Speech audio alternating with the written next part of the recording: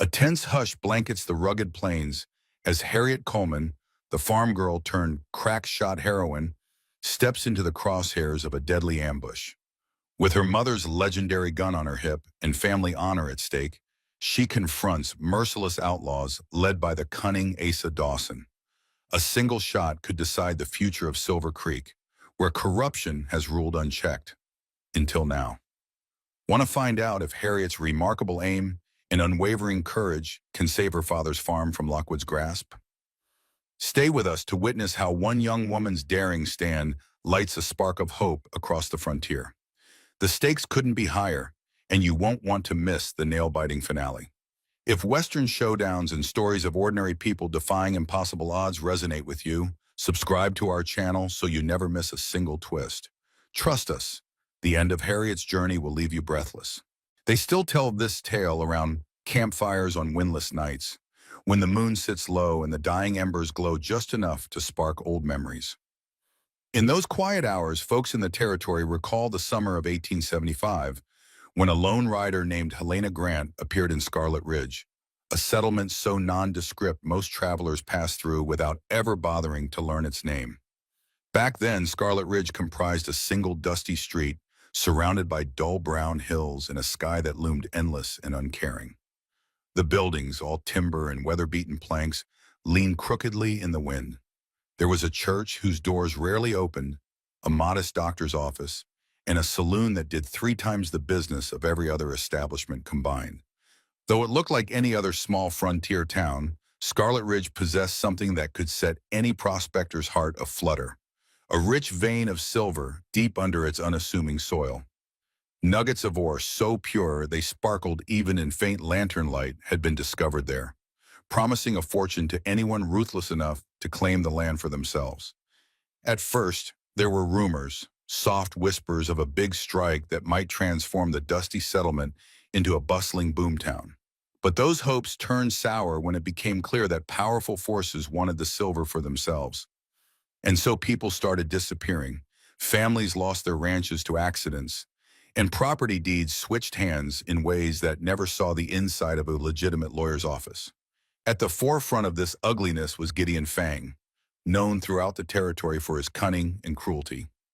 People called him Fang, Fang, not only because of his sharp, angular features, but for the way he sank his metaphorical teeth into everything he wanted: property, livestock, or entire towns, and refused to let go.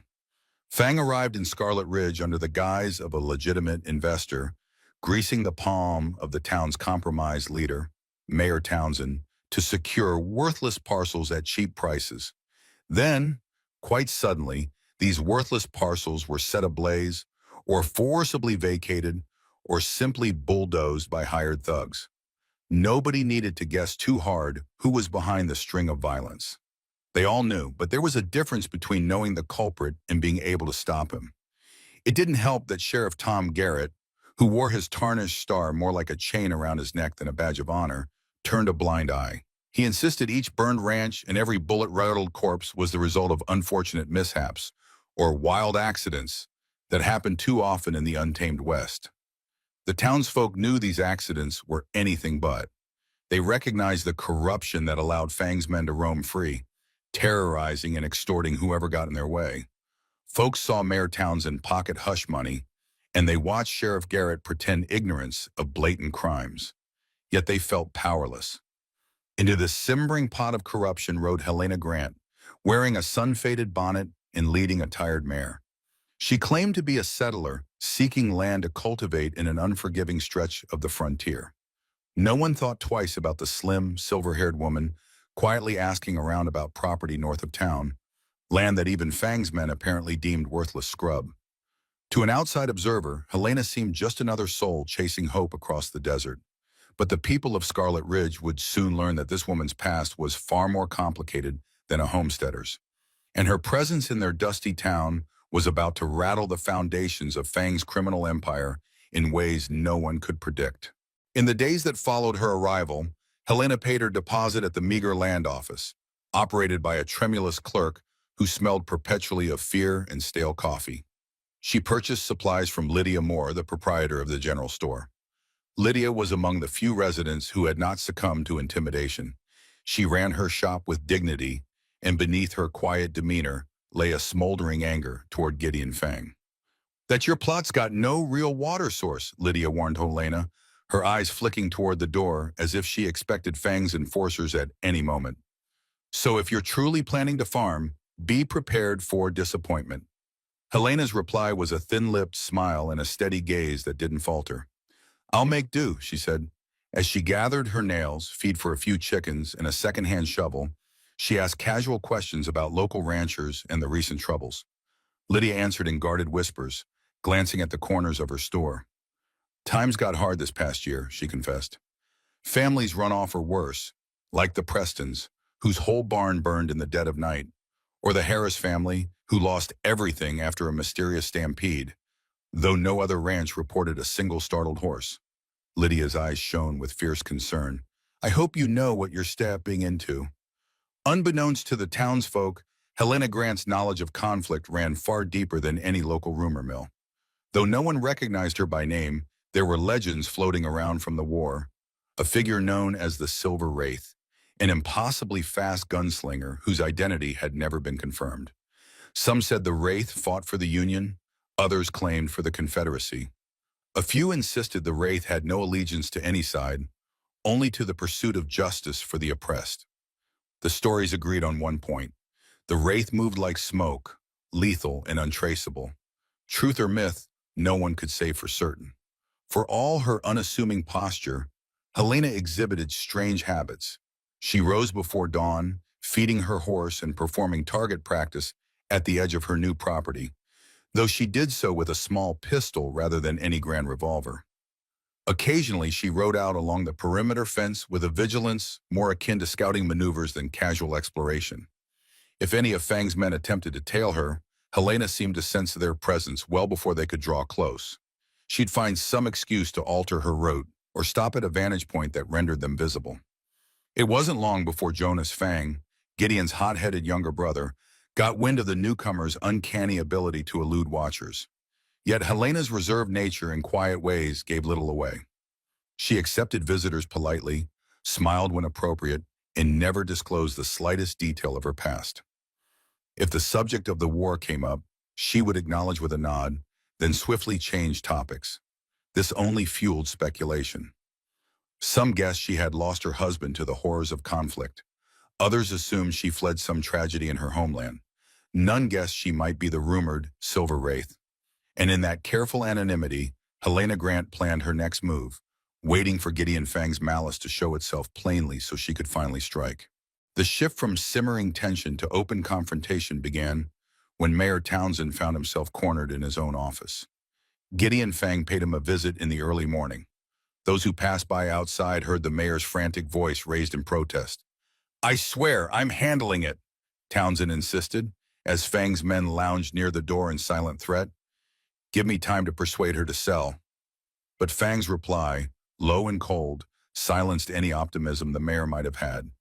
Is exactly what we can't afford. Fang hissed. I've got enough trouble from folks outside this town asking questions about all this silver. We can't have some stubborn homesteader messing up the final piece. Word traveled fast in a place like Scarlet Ridge, carried by frightened citizens and shared in discreet whispers. By noon, Sheriff Darrett and two of his deputies rode out to Helena's meager homestead. One deputy, Robbie Fields, was barely more than a boy, his shiny badge suggesting he had only recently been recruited. The other, older and rougher in manner, rode with his hand always near his pistol. As the riders approached, Helena stood near a small vegetable patch. The single row of seedlings hardly looked promising against the rocky soil. Morning, ma'am, Sheriff Garrett began, his tone strained. We've an offer for you. He produced an envelope thick with bills, holding it out for Helena. She paused from watering her seeds, wiped her brow, and regarded the envelope like a curious puzzle. And what might this be for, Sheriff? She asked evenly. Mayor Townsend wishes to purchase your land, Garrett replied, trying to sound cordial. He didn't mention Gideon Fang, but everyone present knew whose money lined that envelope. He's offering a generous sum, plenty enough to find yourself a better spot. Helena's gaze drifted to Robbie, who looked away guiltily. Then she stared at the older deputy, who just sniffed in disdain. Finally, she let her eyes rest on Sheriff Garrett. "A better spot," she repeated, her voice deceptively mild. "And if I decide to say no?" "Then I'd strongly recommend you reconsider," Garrett muttered, the words heavy with implication. "There have been some nasty incidents around these parts, Miss Grant. I'd hate it for you to befall the same misfortune." Helena took the envelope, though she didn't open it. "Thank you, Sheriff. I'll think it over." Her hand, still gloved from gardening, closed neatly around the packet. A tension thick as marsh fog hung in the air as the lawman and his deputies exchanged glances. There was something in Helena's eyes, an unsettling calm that hinted she wasn't frightened in the least. As the men rode away, Robbie Fields cast one last look over his shoulder. Helena stared back, no emotion on her face, but Robbie felt a prickle of unease along his spine. "She didn't even flinch," Robbie muttered to the older deputy. The deputy spat. "Some women don't know their place. Mark my words, the boss'll fix that." They galloped back toward town, carrying the threat with them. They had no idea they just tried to intimidate a woman who had seen far graver threats in a war-ravaged past. A woman ready to answer force with cunning. Later that same day, Helena made her way into Scarlet Ridge, the unopened envelope resting in her saddlebag like a ticking clock. She tethered her mare outside Lydia Moore's general store. Lydia, sweeping the porch, offered Helena a wary smile. "Rough morning, I gather," the storekeeper said. "I heard the sheriff paid you a visit." Helena nodded, stepping into the store's cooler interior. "Seems the mayor wants my land." Her soft tone belied the tension beneath it. In a swift, controlled motion, she withdrew the envelope and laid it atop a barrel of flour sacks. "I'm supposed to name my price," she added in a wry voice. Lydia exhaled, setting aside her broom. "It's not your land they're after, just the silver under it. Fang's been buying everyone out, or forcing them off if they won't sell. A few got out clean, but most, well, you've heard the stories. Fires, shootouts, entire families vanishing into the night." Her gaze flicked to the shop windows where bright sunlight highlighted the dusty street. The Prestons were the last to resist. Their place burned to the ground with no explanation. A family of 4 left with only the clothes on their backs. They're somewhere up north now, living off charity.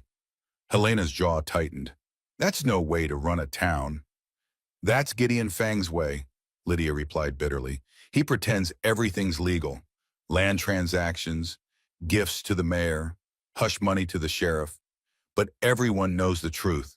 He's turning Scarlet Ridge into a personal kingdom, and if you get in his way—" She cut herself off, shaking her head grimly.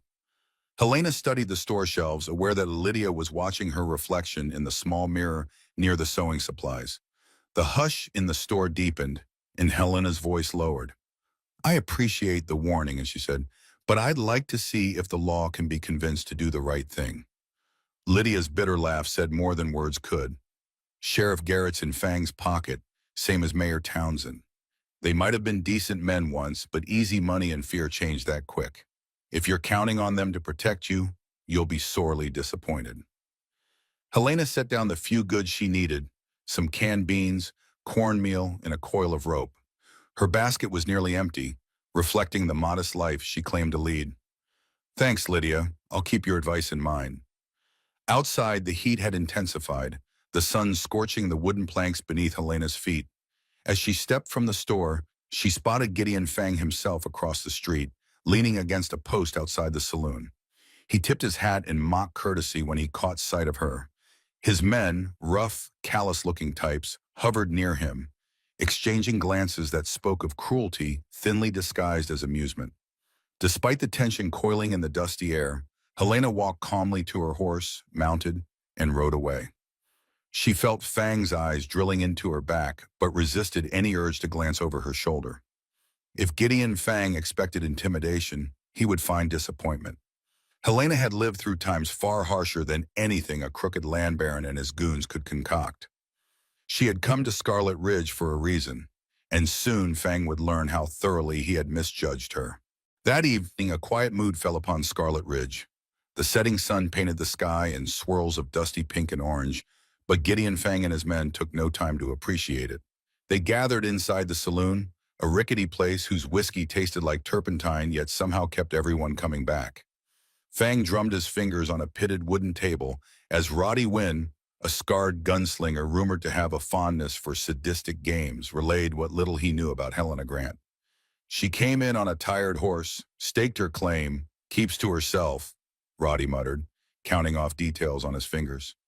Some folks say she's plain unlucky, choosing worthless dirt, but Jonas says she rides too well for a farmer.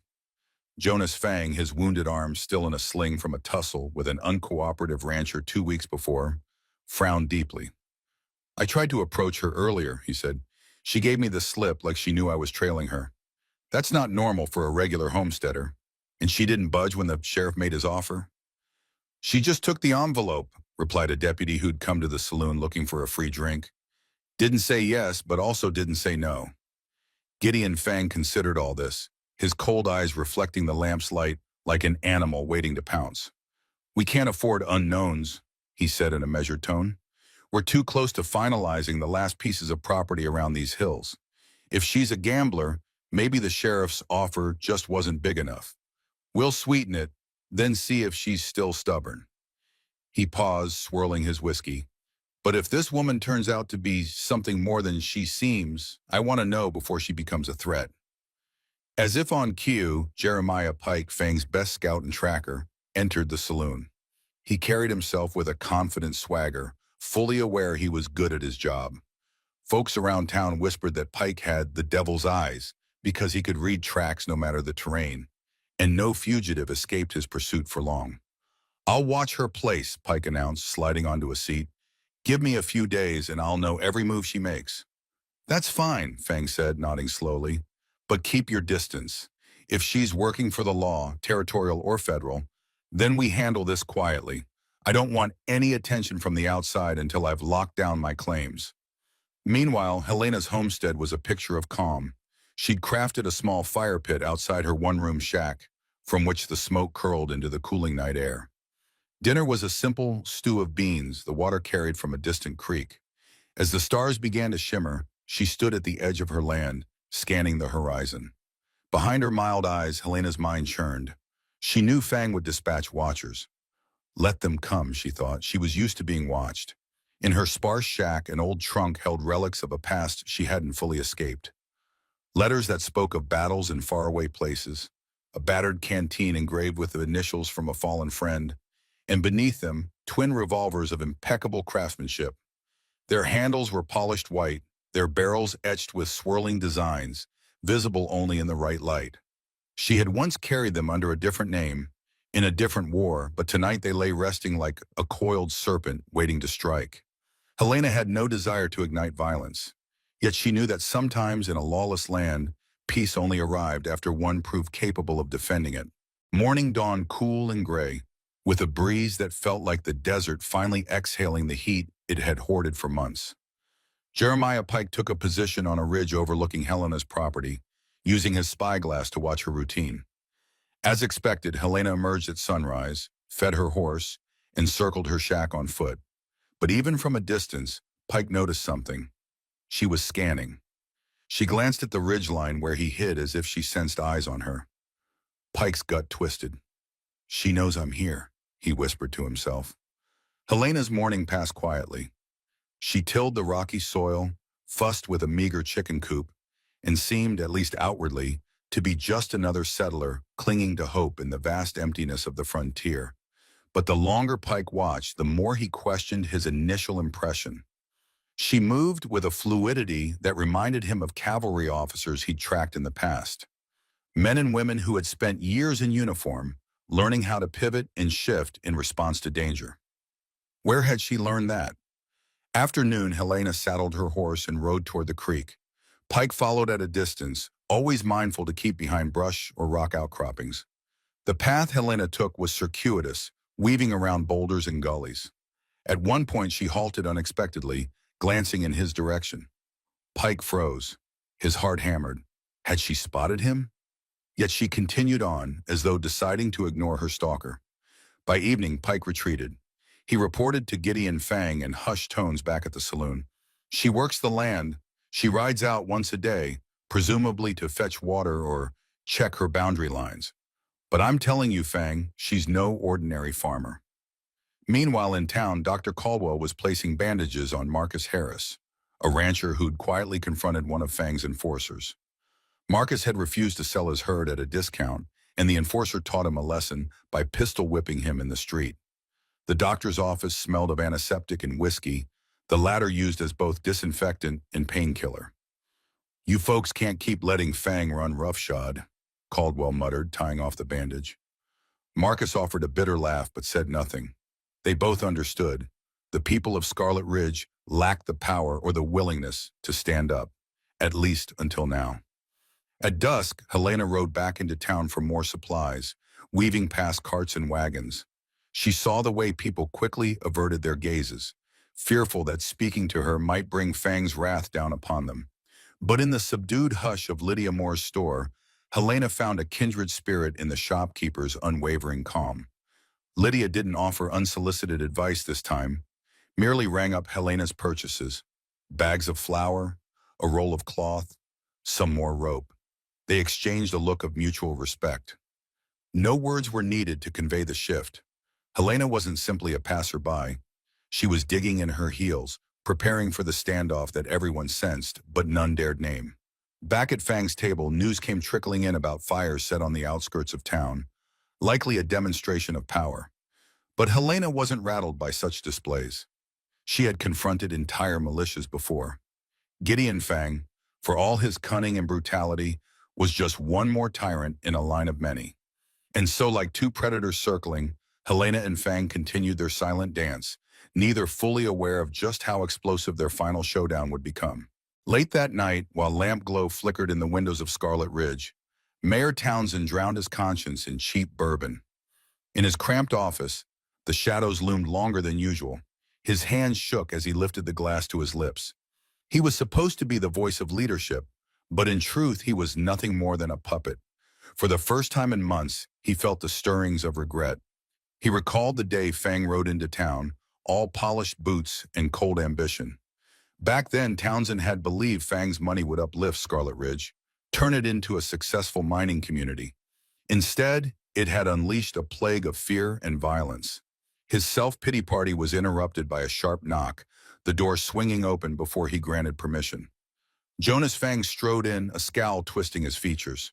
"We need a legal framework," Jonas spat. "That Grant woman's claim is properly registered. If we force her out outright, the territorial authorities might catch wind." He slapped a sheaf of papers onto Townsend's desk. "We're making you sign a revocation, stating the land's not valid for settlement. Use any excuse, lack of water rights, boundaries disputed, anything." Townsend's hand hovered over the pen, but his grip was unsteady. I can't just fabricate a revocation. There are rules, even out here." Jonas Fang's eyes narrowed. "Then you'd better decide which rules you care about more. The territories or Gideon's. If you won't sign, we'll find someone else who will." Townsend stared at the pen, the memory of families burned out of their homesteads playing like a slideshow in his mind. He knew forging documents was the final betrayal of the law he was elected to uphold. Despite months of complicity, a kernel of defiance still flickered in his chest. "Look, Jonas," he began weakly, "maybe we can reason with her." Jonas slammed his good fist on the desk, rattling the bourbon bottle. "Reason? Don't be naive." He pointed a menacing finger. "You sign those papers, or we find someone who will. And if you think Gideon's going to let you slither out of your obligations, you're mistaken." Silence clung to the room like a stale odor. Finally, Townsend picked up the pen, his signature spilling across the page in shaky lines. Jonas snatched the papers back, a grim half-smile curling his lip. "Now we've got the legal angle covered if it comes to that." He stomped out, leaving Townsend alone with the stench of fear. Little did either man realize that Sheriff Garrett, guilt gnawing at him like a rat, had been outside the door listening. He'd once sworn to protect the people of this town, but somewhere along the line, he had lost his moral footing. The knowledge that even the mayor was forced to forge documents to appease Fang's appetite for power weighed on him. Elsewhere, Gideon Fang received Jeremiah Pike's latest reports. Helena Grant carried no visitors, no hidden gang in the hills. She hadn't brandished a weapon in public. yet she radiated confidence. She's alone, Pike concluded, but not afraid. I can't figure her out. Fang's lip curled. He liked mysteries as much as solutions. If Helena Grant intended to stand in his way, she'd soon learn that a single woman, no matter how formidable, stood little chance against the might he'd cultivated in Scarlet Ridge. The fuse finally sparked on a sweltering afternoon when Jonas Fang and two of Gideon's henchmen, Roddy Wynn among them, decided to pay Helena a personal visit. They arrived unannounced, the horses' hooves kicking up a cloud of dust that settled over Helena's pitiful vegetable patch. Jonas dismounted with a sneer. "Afternoon, Miss Grant," he called, eyes flicking around the property. "We'd like a word." Helena paused from chopping kindling, her posture relaxed yet somehow poised. The hat she wore shielded her face from the sun, but her voice was cool. "If it's about selling my land, I believe I've already given the sheriff an answer. I'm still thinking it over." Jonas glanced at Roddy and smirked. "Consider this a friendly reminder that time's running out. My brother has big plans for these hills, and it would be a shame if you got caught in the middle of them." Roddy Wynn loomed to Helena's left, a deliberate attempt at intimidation. "We wouldn't want any accidents happening out here, so far from town," he drawled. He casually rested his hand on his holster. Helena set the axe aside, dusted off her gloved hands, and looked from Jonas to Roddy, then at the third man who lingered by the horses. None of them realized that her calm expression concealed a mind calculating every possible move. "I've never been partial to accidents," she said, "but I do appreciate your concern." Roddy moved closer, coiling tension in every step. "You've got spirit, I'll give you that. But you're making this harder than it needs to be." He reached out to flick Helena's hat brim, a mocking gesture that caused Jonas to chuckle. In a flash, before Roddy's fingers even touched the straw, Helena's hand snapped up, twisting his wrist painfully. A guttural sound of surprise escaped Roddy's throat as he dropped to one knee, his face contorted. But Helena's grip was controlled, precise, as though she knew exactly how to inflict maximum discomfort without fracturing bone. Jonas and the other henchmen scrambled, drawing their guns. "You want to think twice about that," Helena said quietly, her gaze flicking to the firearms. "He'll have a broken wrist before you can cock those hammers." For a tense moment, it seemed bullets would fill the air. Jonas's eyes were wild, his pistol raised. But Helena's poised threat and the silent confidence with which she held Roddy gave him pause. Slowly, Jonas lowered his weapon. Helena released Roddy, who staggered back, cursing under his breath. "Last warning, Grant," Jonas spat. "You might get the better of one or two of us, but you can't take on an entire crew." Helena lifted the axe again, though she continued chopping kindling as if nothing had happened. "Then perhaps your entire crew should reconsider its line of work." Jonas said nothing more. The venom in his glare spoke volumes. With a jerk of his head, he motioned for Roddy and the other man to mount up. Dust swallowed them as they galloped away. Helena exhaled. She knew there would be consequences for humiliating Jonas Fang, but her calm was unshaken. Once you've survived real war, the threats of small-time tyrants pale in comparison. Word of Helena's bold stand spread through Scarlet Ridge like a brush fire in high winds. By sundown, the entire town buzzed with the news that the mysterious homesteader had bested Jonas Fang in a confrontation that nearly ended in gunfire. Some told the story in hushed admiration, citing it as a sign that perhaps Gideon Fang's grip on the town was not unbreakable. Others whispered it with fear, convinced that Helena Grant had signed her own death warrant. Robbie Fields, the young deputy, found himself torn. He admired Helena's courage. He had seen her unflinching steadiness when the sheriff offered her a bribe. But he also knew how far Gideon Fang would go to protect his empire. Robbie had seen men vanish for far less provocation. After his shift, he went to the general store to buy a few things and confided his worries to Lydia Moore. "She doesn't seem scared," he said, "but what if Fang orders every gun he has to ride against her?" Lydia frowned, bagging Robbie's modest purchases. "I've asked myself the same thing, Robbie. And do you know what I realized? If we never stand up, Fang will keep this town under his thumb until there's nothing left of us." She took a breath, her jaw set. Maybe Helena Grant is the spark that lights the fire. Perhaps it's time we let it burn. Meanwhile, Sheriff Garrett paced the floor of his cramped office.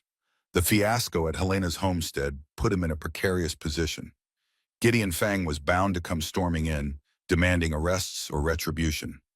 Yet if Garrett acted against Helena purely on Fang's orders, it might be the final nail in the coffin for any semblance of legitimate law. The sheriff's guilt had been simmering ever since he'd turned a blind eye to Fang's escalating violence. Now it boiled over into a crisis of conscience. As night fell, sure enough, Gideon Fang arrived with Jonas, flanked by a handful of loyal men. They barged into Garrett's office, slamming the door so hard the windows rattled. "I want that woman in a cell," Fang demanded, voice layered with anger and frustration. "She attacked my brother, and I intend to see her pay for it." The sheriff struggled to stand his ground. "According to Jonas's own story, your men initiated the trouble. Miss Grant was defending herself." Jonas, his pride still aching, clenched his injured wrist. "She nearly broke Roddy's arm and threatened me with an axe," he snarled. "You call that self-defense?" Garrett swallowed hard. "That's not exactly how folks in town are telling it. And if I throw her in jail without proper cause, it'll look like I'm nothing but your hired gun." Gideon Fang's stare was ice. "Isn't that what you are, Sheriff?" he asked, voice dropping low enough to make Garrett's hair stand on end. Fang stepped forward, letting the tension fill the space between them. "Have you forgotten the gold you've been collecting all this time? The small fortunes that bought your loyalty?" Garrett's cheeks burned. He couldn't deny it. His pockets had grown heavier from Fang's hush money. But now that weight felt more like a millstone around his neck than any kind of reward. I need proof," he managed, forcing himself to meet Fang's gaze. "If she really broke the law, bring me a sworn statement. Witnesses. Otherwise, it's just word against word." Fang glowered, but the sheriff's sudden show of backbone kept him from pushing further. After a loaded silence, Fang turned on his heel, slamming the office door behind him. Jonas and the others followed, their eyes promising payback. Once they'd left, Garrett sagged into his chair. He could almost taste his own fear.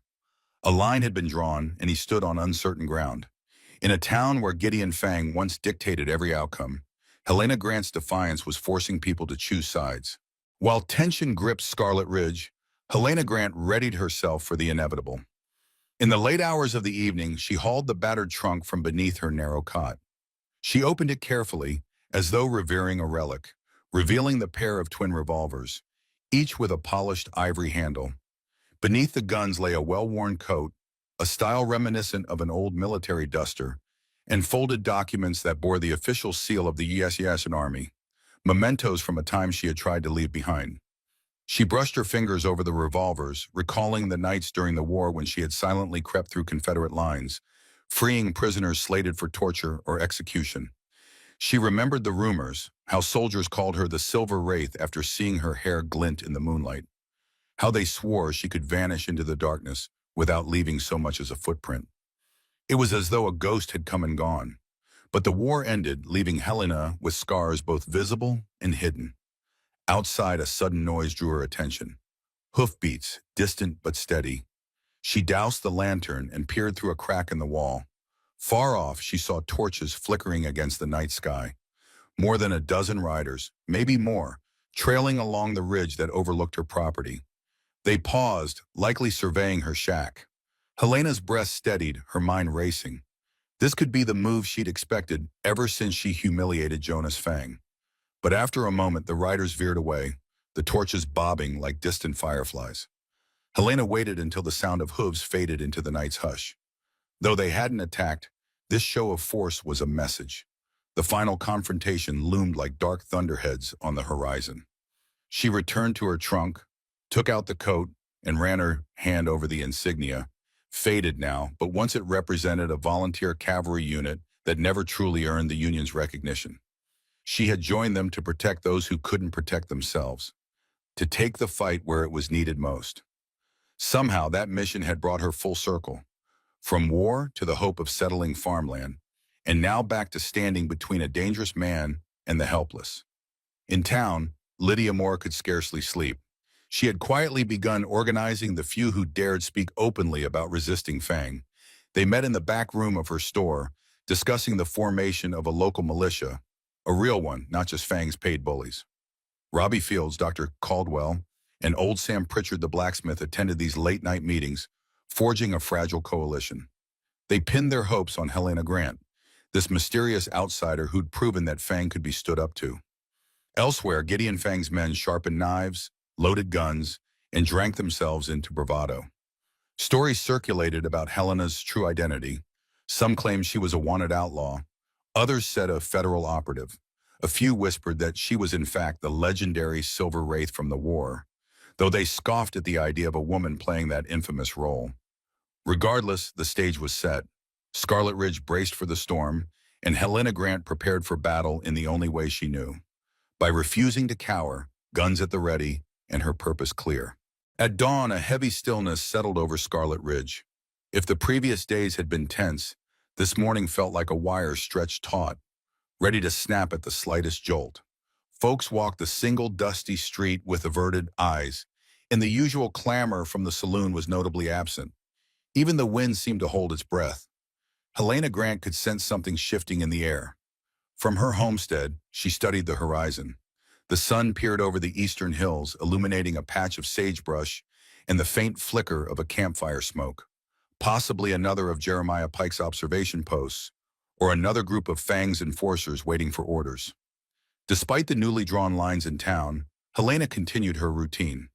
She checked her meager chicken coop, watered the struggling garden, and took stock of her modest provisions: flour, beans, and a few vegetables. It was a Spartan existence, one that reminded her of her days traveling with cavalry scouts during the war.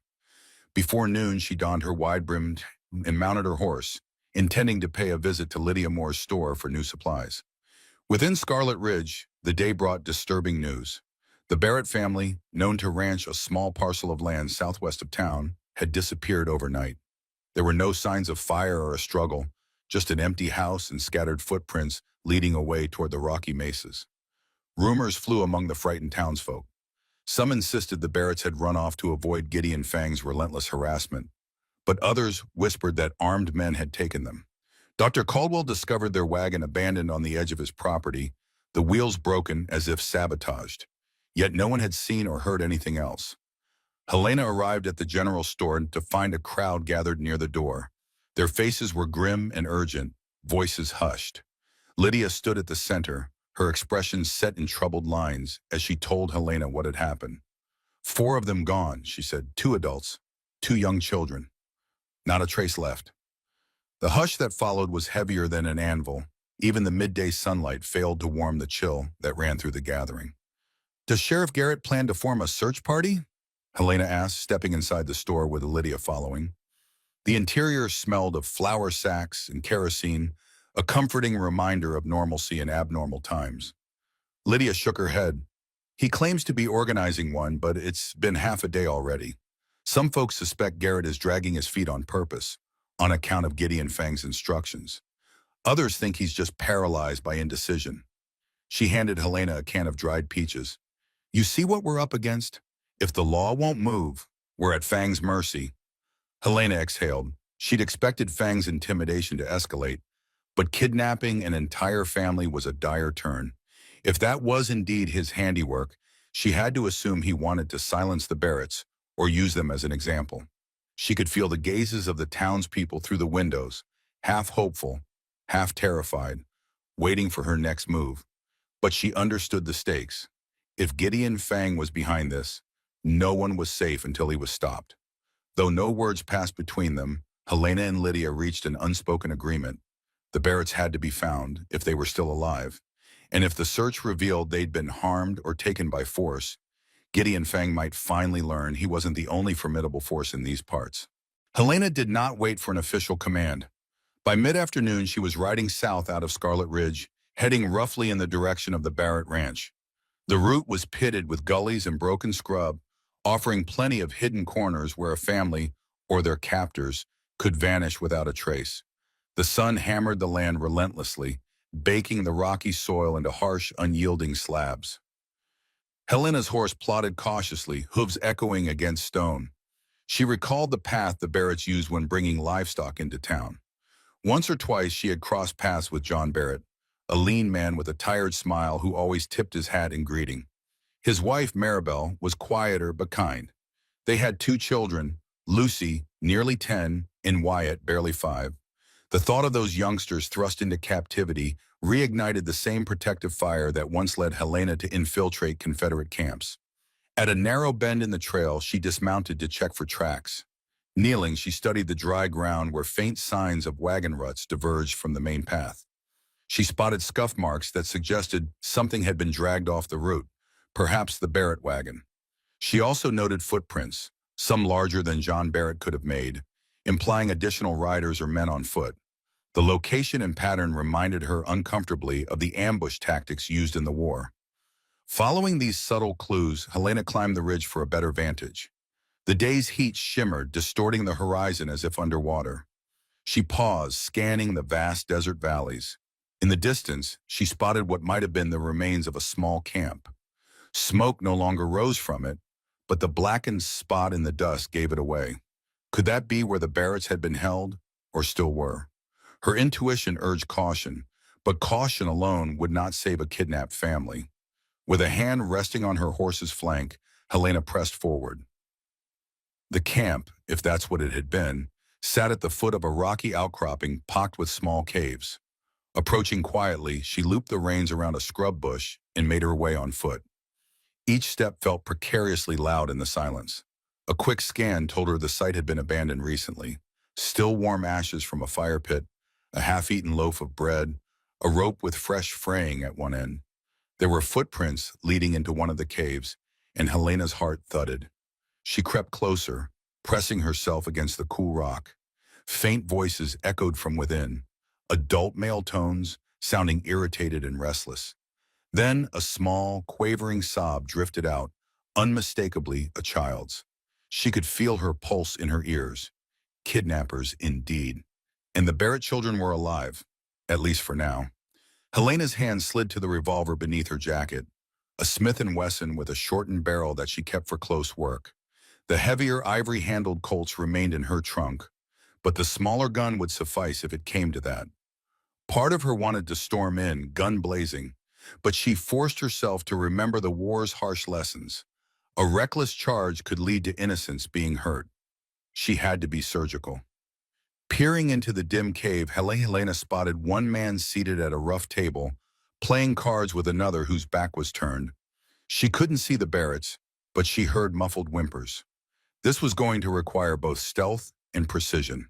Helena removed her hat, letting her silver hair fall around her face in a dull shimmer.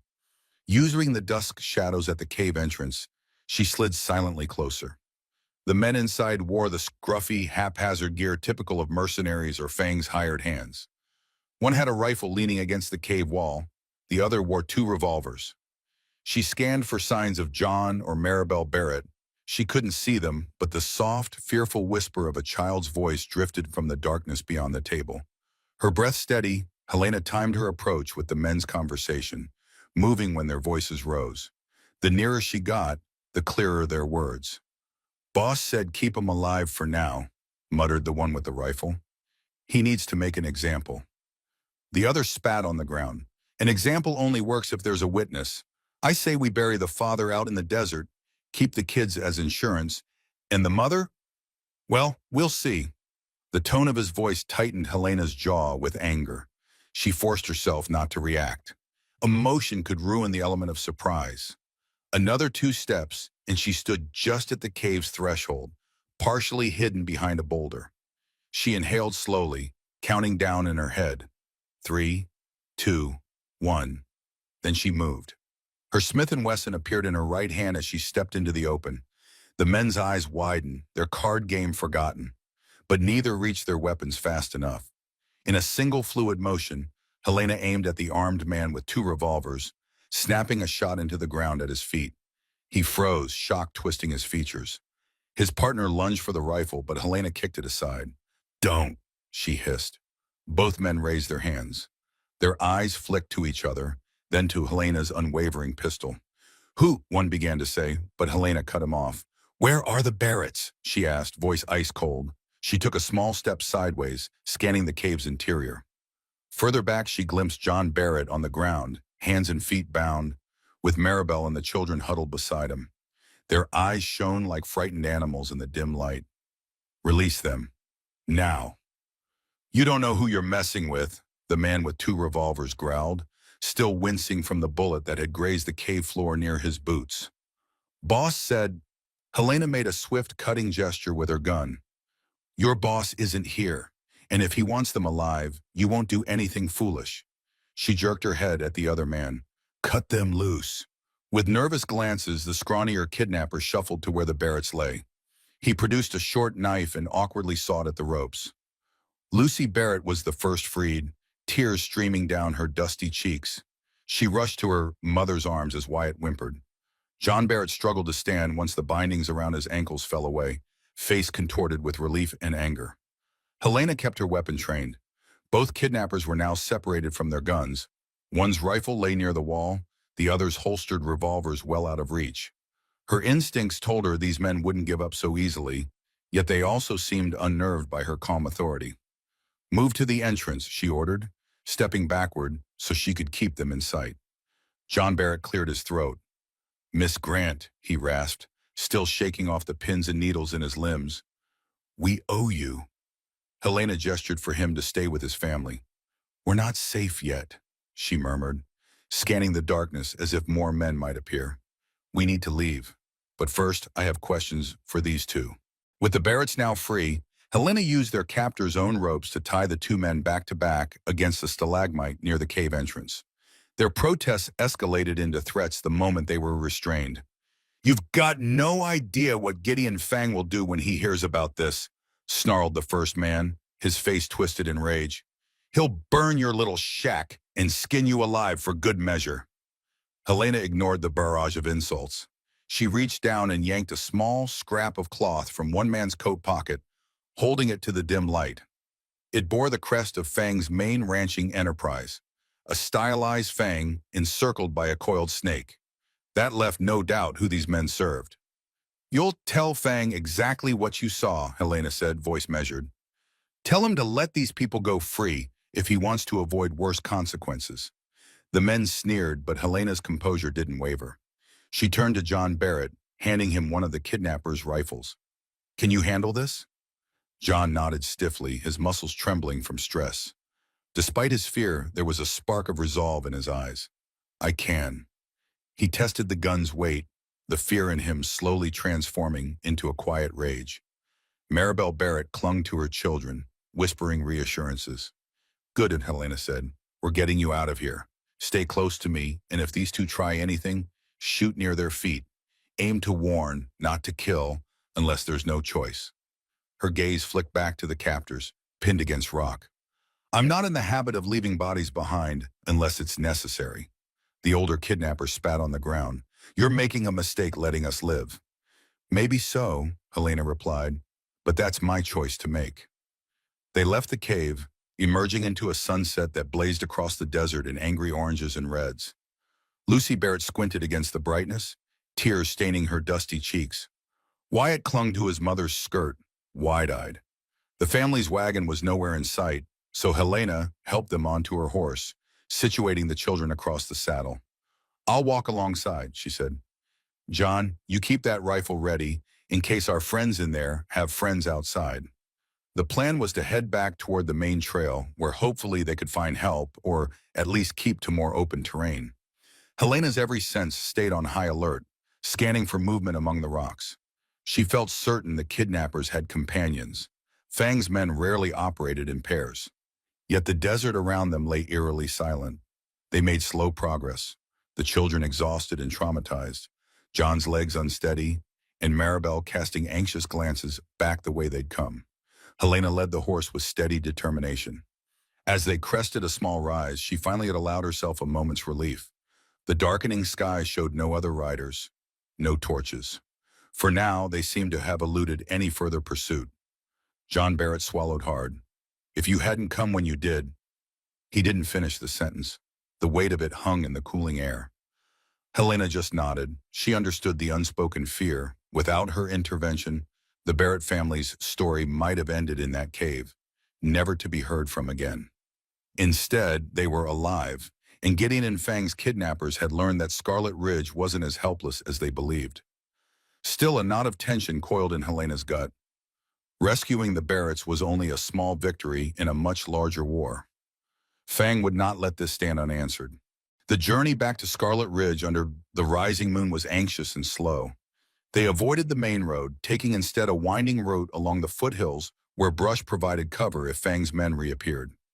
Helena led her horse carefully, aware that a single misstep could snap an ankle or send them tumbling down a wash. Yet each mile brought them closer to the lights of town, safe harbor, however temporary. It was near midnight by the time they reached the outskirts of Scarlet Ridge. A handful of lanterns still glowed in windows, and the muffled clink of glasses emerged from the saloon. Helena guided the Barretts around to Lydia Moore's store, where a back entrance led to a storage room. Lydia, who had been waiting anxiously, let them in. She gasped at the state of the family, dusty, bruised, and shaken, but alive. In hushed tones, they recounted the day's events. The kidnappers, the cave, Helena's quiet but decisive intervention. Lydia ushered them inside, offering cups of water and a plate of leftover bread. "Thank the Lord you're safe," she whispered, pressing her hand gently to Lucy's hair, matted with dirt. "We feared the worst." Helena leaned against the store's counter, fatigue catching up with her. She had risked revealing more of her skills than she intended. The rumor mill in Scarlet Ridge would soon spin faster than ever, but the Barretts' lives mattered more than keeping a low profile. She glanced at Lydia. "Has the sheriff organized a search party yet?" Lydia grimaced. "He pretended to. Some men rode out this afternoon, but they came back at sunset saying they found nothing. I guarantee they didn't venture anywhere near that cave." The truth weighed heavily on Helena. Even when a whole family vanished, Gideon Fang's influence kept the authorities half-hearted at best. But tonight the Barretts were safe, and that was something. "They need medical attention," Helena said, nodding toward Dr. Caldwell's office. "John took a beating, and the children are terrified." "I'll fetch the doctor," Lydia replied, already tying her apron tighter. "He might be asleep, but I'll wake him." She slipped out, leaving Helena alone with the Barretts. Maribel Barrett approached softly, her eyes welling with tears. "I don't know how to thank you," she managed. "No one else came. No one else would have dared." Helena shook her head. "You don't owe me thanks. I did what needed doing, but this isn't over. Fang's men will realize you've returned, and they'll want to silence you." John Barrett's hand tightened around the rifle he still carried. "Then let them try," he growled, though exhaustion tinged his bravado. "They hurt my family. I won't stand for it anymore." A flicker of admiration passed through Helena's gaze. People like John Barrett were the key to change in a place like this. If enough citizens found the courage to oppose Fang, his reign of terror could end.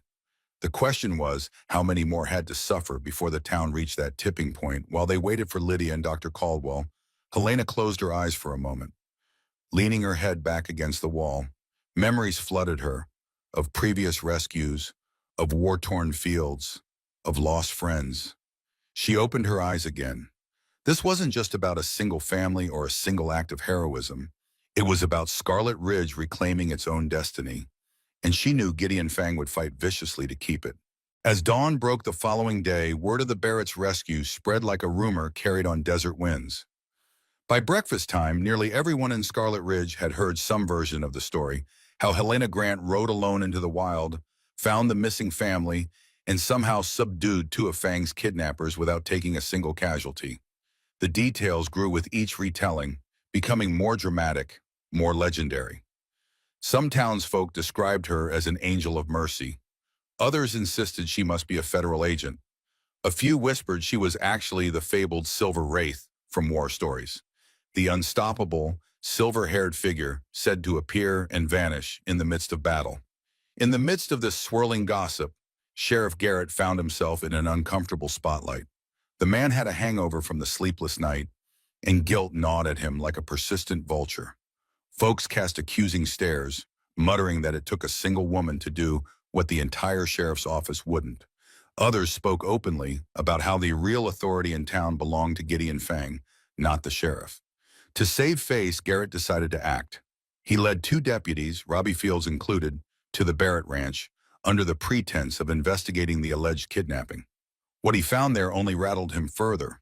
Wagon tracks leading off the property, signs of a struggle near the barn, footprints that vanished in a rocky wash. No clue contradicted the Barrett story. Yet Garrett was loath to write an official report. He knew Fang would demand he bury the investigation. Mid-morning, Garrett rode back to his office, only to discover Gideon Fang waiting on the boardwalk outside. Fang leaned against the support beam, arms crossed, his mouth set in a tight line. Jonas, still nursing his pride, stood beside him. There would be no friendly small talk.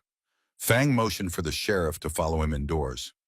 "What in the hell happened out there?" Fang demanded as soon as the office door shut. "I had men stationed near the Barrett place. Now 2 are unaccounted for. And that family's back in town blabbing about being abducted." Garrett swallowed, wishing for a gulp of whiskey. "They're claiming your men took them," he said, trying to keep his voice steady. "Folks believe Helena Grant rescued them. My deputies and I saw evidence of a struggle, so it's hard to deny." Jonas's teeth clenched. "We can't let that story stand. If it spreads, other folks might start thinking they can fight back." Gideon Fang's eyes flashed with dangerous intent. "I want the Barretts silenced. The father especially.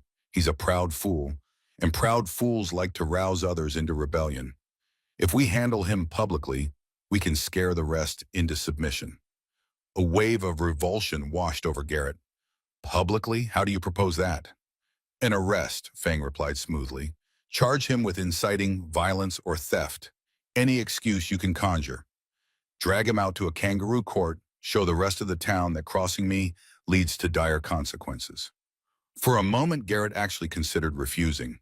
He pictured John Barrett's bruised face, the frightened eyes of the man's children. Then he remembered the hush money, the subtle threats, the body count of Fang's previous adversaries. The sheriff's resolve wilted like a flower in the desert sun.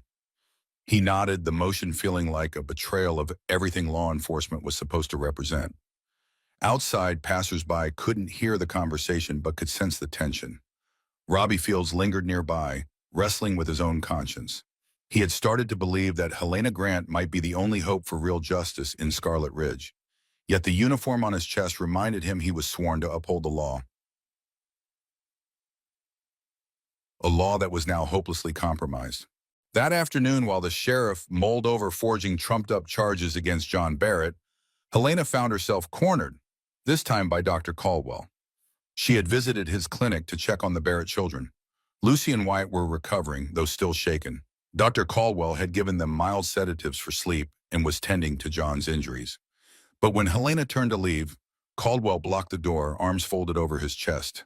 "You're not just a homesteader," he said quietly, gazing at her with a mixture of curiosity and apprehension.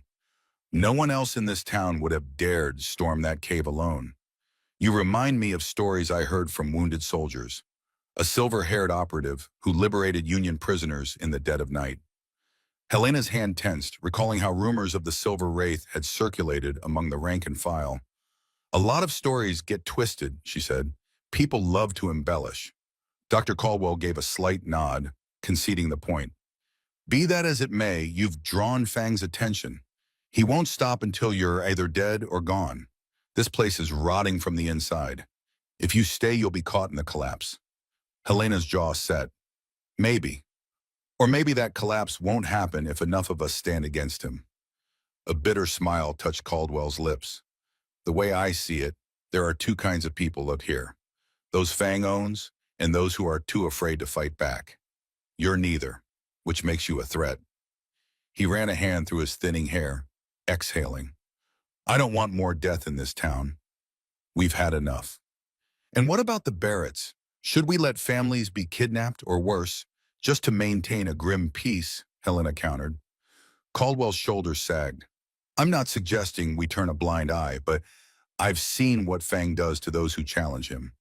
I bandage them up if they're lucky enough to survive, and bury them if they aren't." Before Helena could reply, Maribel Barrett approached from a side room, children in tow. She offered a grateful smile to Helena, her voice breaking. "Thank you again. I can't say it enough." Helena gently placed a hand on the woman's shoulder. "No thanks needed. Just keep safe. Fang might come after you again." When she stepped outside, the sun glared down as though the desert itself judged every moral failing within Scarlet Ridge. She spotted Robbie Fields pacing the boardwalk, and a flicker of intuition told her he wanted to speak. Sure enough, he approached, wringing his hat in his hands. "Miss Grant," he began, voice taut, I just wanted to say, there are some who appreciate what you did, and some of us, we can't stand what the sheriff and Fang have turned this town into." Helena studied him. Robbie was young, torn between youthful idealism and the chain of command. "You wear that badge," she said. "You could try to change things from within." His jaw clenched, eyes clouded. "It's not that simple. Fang has dirt on the sheriff. Maybe on me, too. Threats, blackmail. The corruption runs deep. It's why he swallowed. Just know that if you keep challenging him, you might find some allies." She nodded. For a moment, they stood in silence, each acknowledging the other's moral dilemma. Then Helena tugged the brim of her hat lower and stepped off the boardwalk, heading for her horse. Tension rippled through the street. Every eye that glanced her way carried an unspoken question. How far was Helena Grant willing to go, and how soon would Fang strike back? Scarlet Ridge didn't have to wait long for Gideon Fang's next move. At dusk, a thunderhead of dust rose from the southern road as a posse of Fang's men galloped into town. Bystanders scattered to the edges of the street, peering from behind water troughs or the corners of buildings. At the front of the group rode Jonas Fang, cradling a bandaged arm. Roddy Wynn, the scarred gunslinger, flanked him. They pulled to a halt outside the sheriff's office, spooking a pair of hobbled horses. Behind shuttered windows, folks braced for violence. But instead of a shootout, Jonas bellowed an ultimatum. "We're here for John Barrett. He's wanted for conspiracy against the town and for false claims accusing honest men of kidnapping." The injustice of the charge was clear to any with half a conscience, but Jonas's men brandished their rifles in an unspoken threat. A few yards away, inside Lydia Moore's store, Helena Grant peered through a small gap in the curtains. She saw Roddy Wynn reading from a forged document, a warrant with Sheriff Garrett's shaky signature. "This is a lawful order," he snarled. "Anyone who harbors John Barrett will be arrested for aiding a fugitive." A hush fell over the street. John Barrett, still weak from his ordeal, was holed up in a back room of Dr. Caldwell's clinic with his family. Lydia turned to Helena, voice trembling with anger. "They'll kill him if they get their hands on him." Helena nodded grimly. "It won't be a fair trial. They want to make an example." Outside, Jonas barked a final threat. "Bring Barrett out, or we go door to door. If we find him, I promise no building will be left standing around him." In that moment, Helena decided it was time to confront Gideon Fang's men head on. She retrieved a short, single-barreled shotgun from under Lydia's counter, something the storekeeper kept handy for emergencies. "Keep your head low," Helena told Lydia, then slipped out the side entrance. She made her way around the back alleys, avoiding direct lines of sight until she reached the narrow gap between the barbershop and the blacksmith's forge. From there, she had a clear view of Jonas, Roddy, and the circle of Fang's riders. Roddy Wynn's scarred face caught the lamplight, etched with a cruel smirk as he scanned the windows of the clinic. Helena waited for the perfect moment. When Jonas dismounted, presumably to stomp into the clinic, she stepped forward, leveling the shotgun. "That's far enough."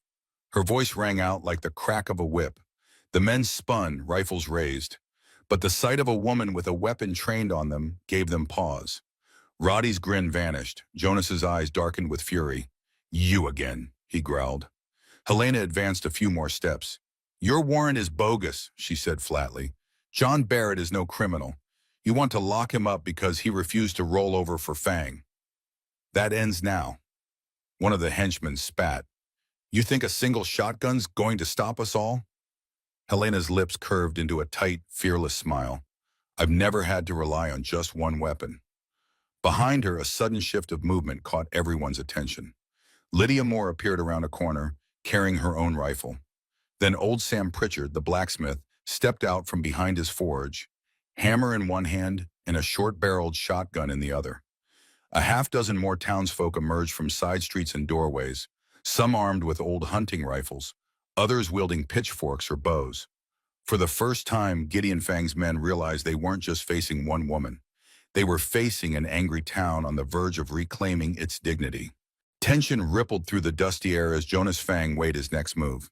He had at least a dozen armed riders at his back, But the townspeople now outnumbered them. An unexpected turn in a place that usually cowered under Fang's rule. Helena Grant stood at the center of it all, the muzzle of her shotgun unwavering. In the hush, even the cicadas seemed to hold their breath. Roddy Wynn scanned the circle of citizens, his scarred mouth twisting into a contemptuous sneer. "Y'all must be real tired of living," he sneered. "Gideon Fang doesn't take kindly to mutiny." Old Sam Pritchard took a step forward, hammer resting across his shoulder. "We're tired of living in fear," he said, voice steady. "You want a war? Maybe it's time we gave you one." A murmur of agreement ran through the crowd. Lydia Moore gripped her rifle with white-knuckled determination. Dr. Caldwell, though no fighter, stood resolute in a doorway, refusing to yield.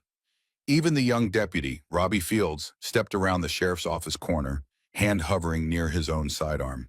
In the midst of this standoff, Sheriff Garrett pushed his way through the throng, looking as if he'd aged a decade in a single night. Sweat beaded on his brow. "Jonas," he said hoarsely, glancing at the townsfolk. "Let's not turn this into a massacre. You said you had a warrant. Let me see it."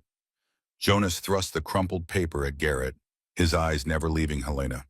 "Here, and do your damn job or Fang will replace you."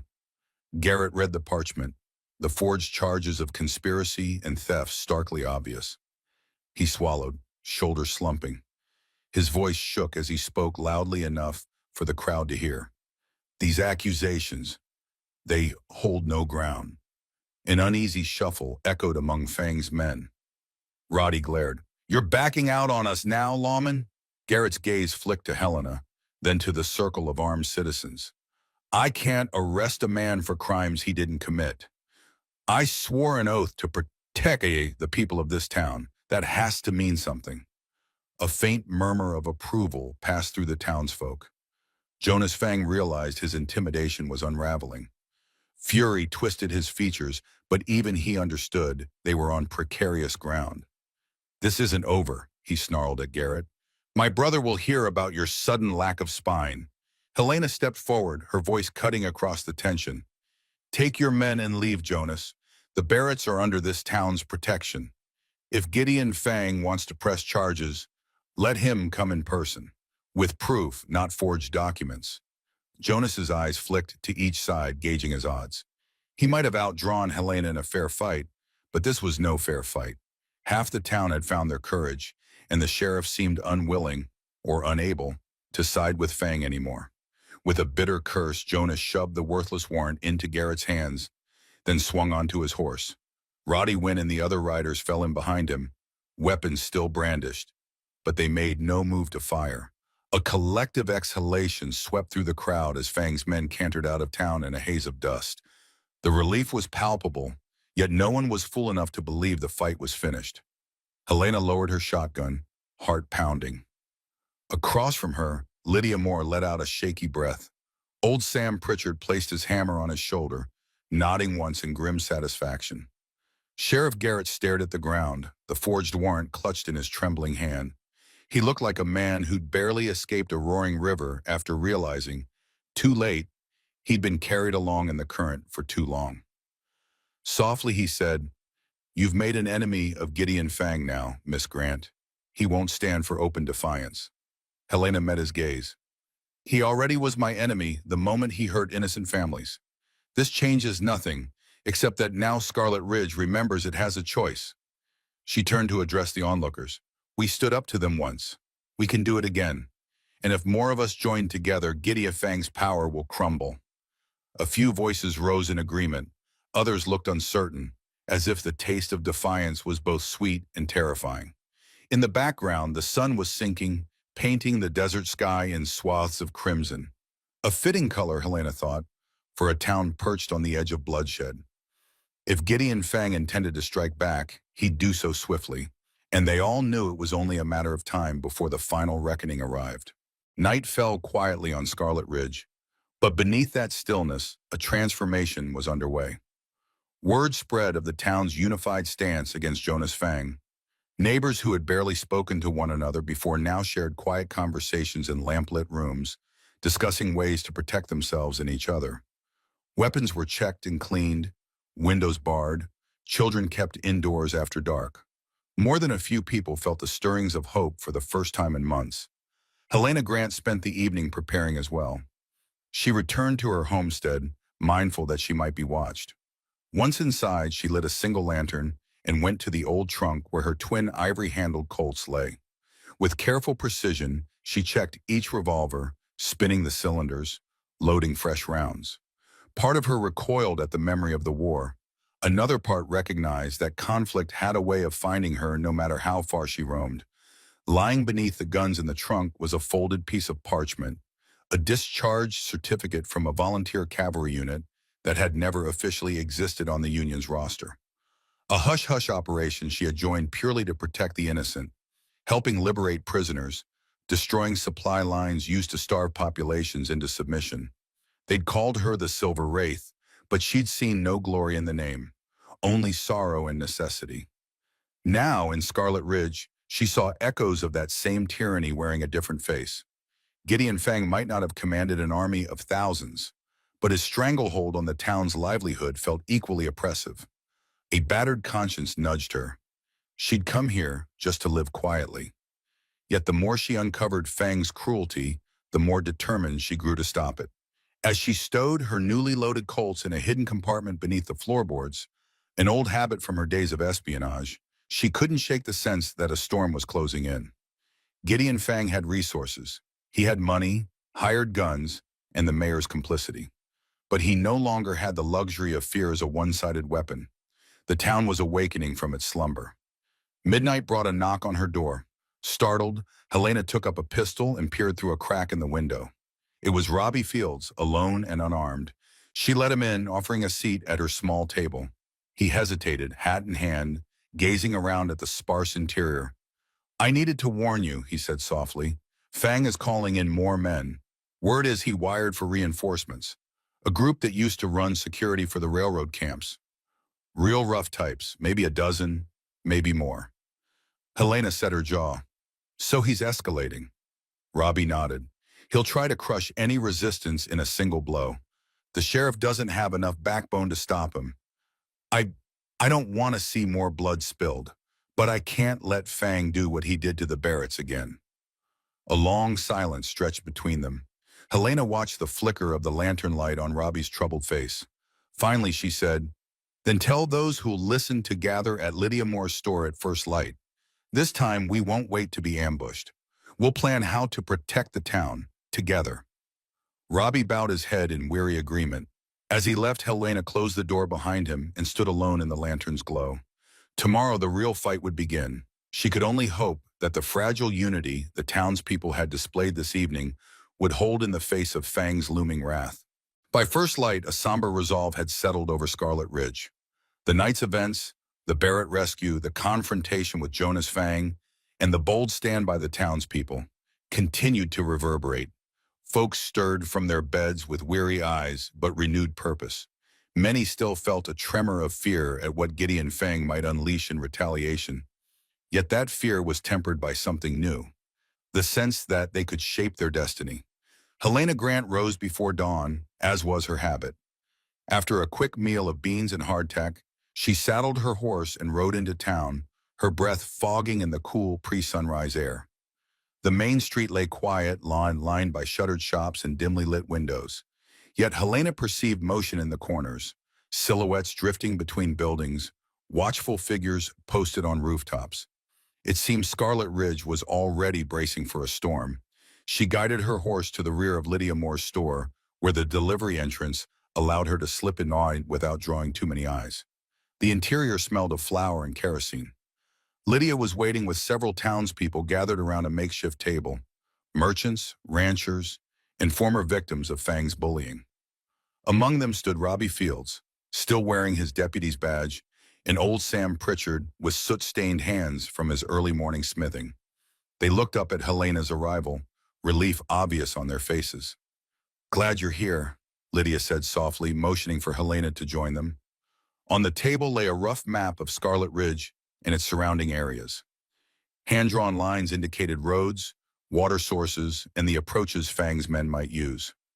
Word is Gideon's called in reinforcements from some old railroad enforcers, Men who've seen their share of booklands, they might arrive by nightfall or sooner if they ride hard. A quiet murmur rippled through those present. Helena studied the map, her lips pressed into a thin line. We can't outnumber them, she said, her voice steady. But we can use the terrain to our advantage. These gullies and rises around the outskirts are natural choke points. If we position a few people there, we can slow or split Fang's forces before they reach the main street. Robbie pointed to a hilly area north of town. I can take a few men to set up a lookout post there. If we see dust from approaching riders, we'll fire a signal shot. He exhaled. I just hope the sheriff won't try to stop us. Helena glanced at him. Do you trust him at all? The young deputy grimaced. He's been torn between fear and conscience. Last night, he finally showed a shred of backbone, but Gideon Fang exerts a heavy pull. I can't say which side he'll choose when it comes to a true battle. Then we proceed with or without his blessing, Helena said, tapping the map. What about the mayor? Townsend's presence has been suspiciously quiet for weeks now, but he might have a role in this. Lydia exchanged a glance with old Sam. Mayor Townsend's the one who helped Fang buy up half the land around here. He's also been forging documents to overturn legitimate claims. Maybe we can lean on his guilty conscience, if he has any left. A chorus of assent followed. It was a far cry from the timid hush that had once pervaded every meeting in Scarlet Ridge. Whether from desperation, anger, or a glimmer of hope, these townsfolk were ready to take bold steps. Helena pushed aside her own weariness. She recognized the momentum of determined people.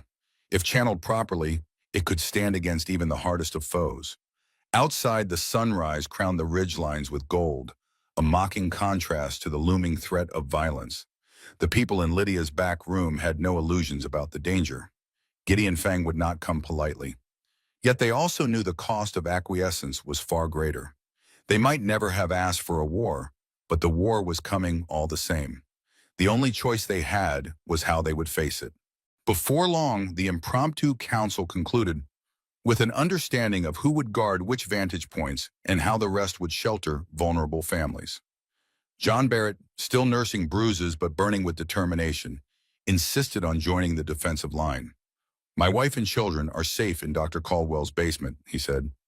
This time, I fight so nobody else has to endure what we did.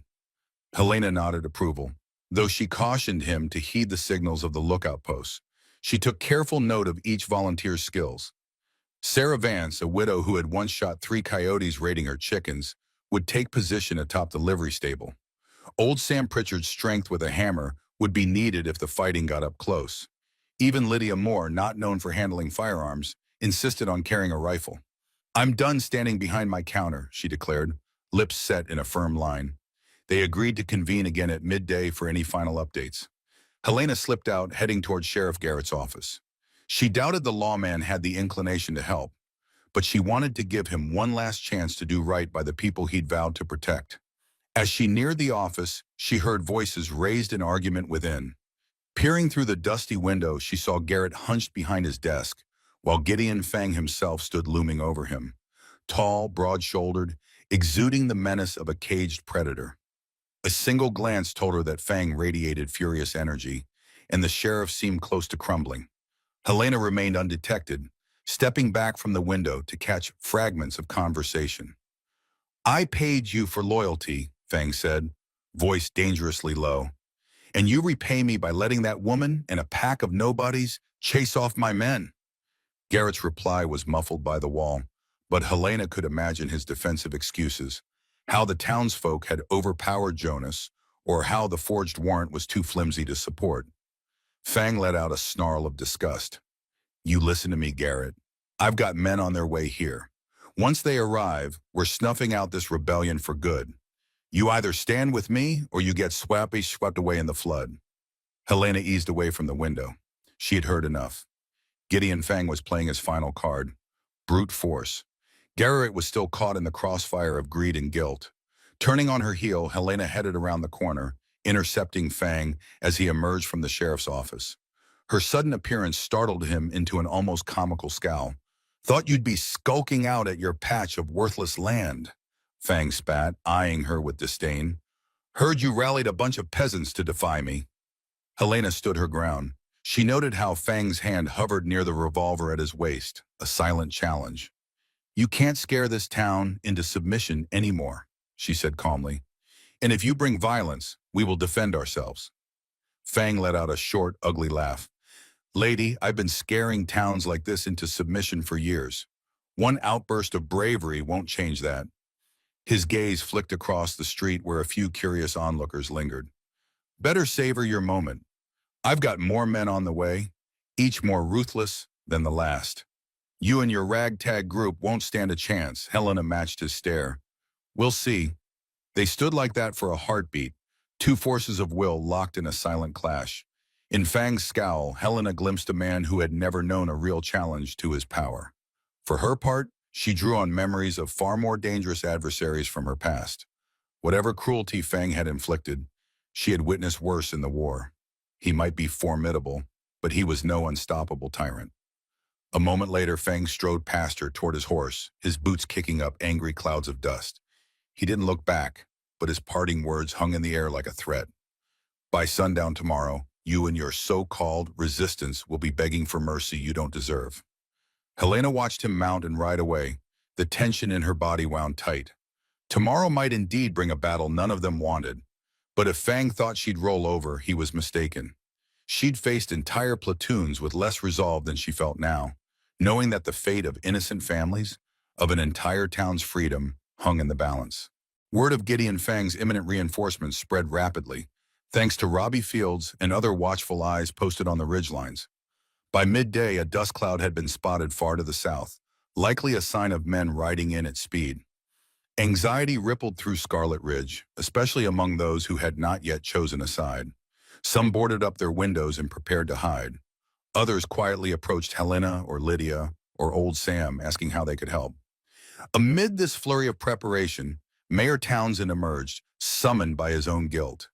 He hadn't been seen much in public, having spent most of his days sealed in his office, drowning his conscience in cheap bourbon. Now he stood in the middle of the street, calling Helena's name in a shaky voice.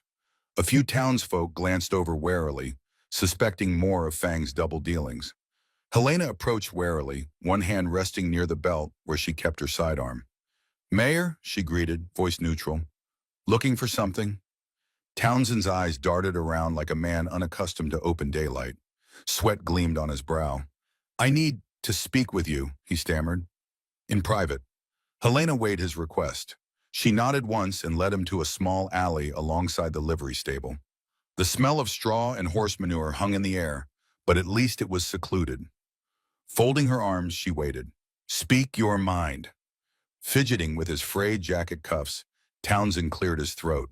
Listen, I made mistakes, he began, casting a nervous glance up and down the alley.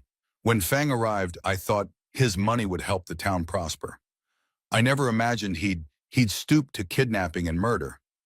But by the time I realized it was too late, I was in too deep. Helena's expression remained stony. So why come to me now? Swallowing visibly, Townsend pulled a few crumpled papers from his coat. These are deeds and contracts, evidence of what Fang's been doing. The land grabs, the intimidation, the forgeries. Some have my signature, some are from the county office. If people saw this, they'd know exactly how he's manipulated everything. She took the papers cautiously, skimming the contents. Indeed, they were damning. Details of property turned over to Fang for fractions of its worth. Contradictory boundary surveys. Statements from the mayor naming Fang as the financier behind multiple acquisitions. This alone could bring a territorial judge down on Fang's head, Helena said, arching an eyebrow. Townsend nodded, regret etched into his features. I don't know if it'll be enough to stop him by tomorrow, but maybe it'll help in the long run if we survive. His eyes filled with a haunted resignation. I can't undo the harm I've done, but I can at least try to make it right. For a moment, Helena's anger toward the mayor softened. This was a man who'd been a pawn in Fang's game, driven by greed at first, then paralyzed by terror. She folded the papers carefully and slipped them into her coat. I'll hold on to these. If law ever comes that isn't bought by Fang, they'll be useful. Townsend bit his lip, then added, I'll testify. If I have to, I'm tired of living like a coward. She inclined her head. Then when the time comes, stand with us. With that, the mayor scurried away, leaving Helena to process this revelation. It was something, but not an immediate solution. Gideon Fang's men were almost certainly armed to the teeth and unconcerned about legal documents. Still, truth had a power of its own. Perhaps, if the town held out, outside authorities might finally intervene with real evidence at hand. For now, though, the practical question loomed: how to keep Fang's mercenaries from overrunning the town. Helena stepped out into the sun again, scanning the street where people hurried to fortify their shops and homes. She tucked the incriminating paperwork into an inner pocket. Knowledge was power, and in a battle of might, sometimes knowledge was the only advantage. By late afternoon, the air was thick with anticipation. The watchers on the northern ridge had seen more dust clouds, suggesting Fang's reinforcements were drawing closer. The townspeople gathered outside Lydia Moore's store for what might be their final briefing. Helena noted each tense face: ranchers, shopkeepers, even a handful of older children determined to help by running messages or carrying water. "Positions are set on the main street," Lydia announced, scanning a list she jotted on scrap paper. "Sarah Vance is up on the saloon roof with a rifle. Old Sam Pritchard and John Barrett have the blacksmith's forge, and they'll barricade the alley between the store and the livery stable. We've stocked water and bandages in Dr. Caldwell's place. He's prepared to treat any injuries." Helena nodded. "And we have watchers in the hills to signal the approach. Once Fang's riders get close, we'll know." She paused, meeting their gazes. No one wants this to descend into a bloodbath. If Fang or his men offer a chance to negotiate, we'll take it. But if they come in shooting, we stand our ground.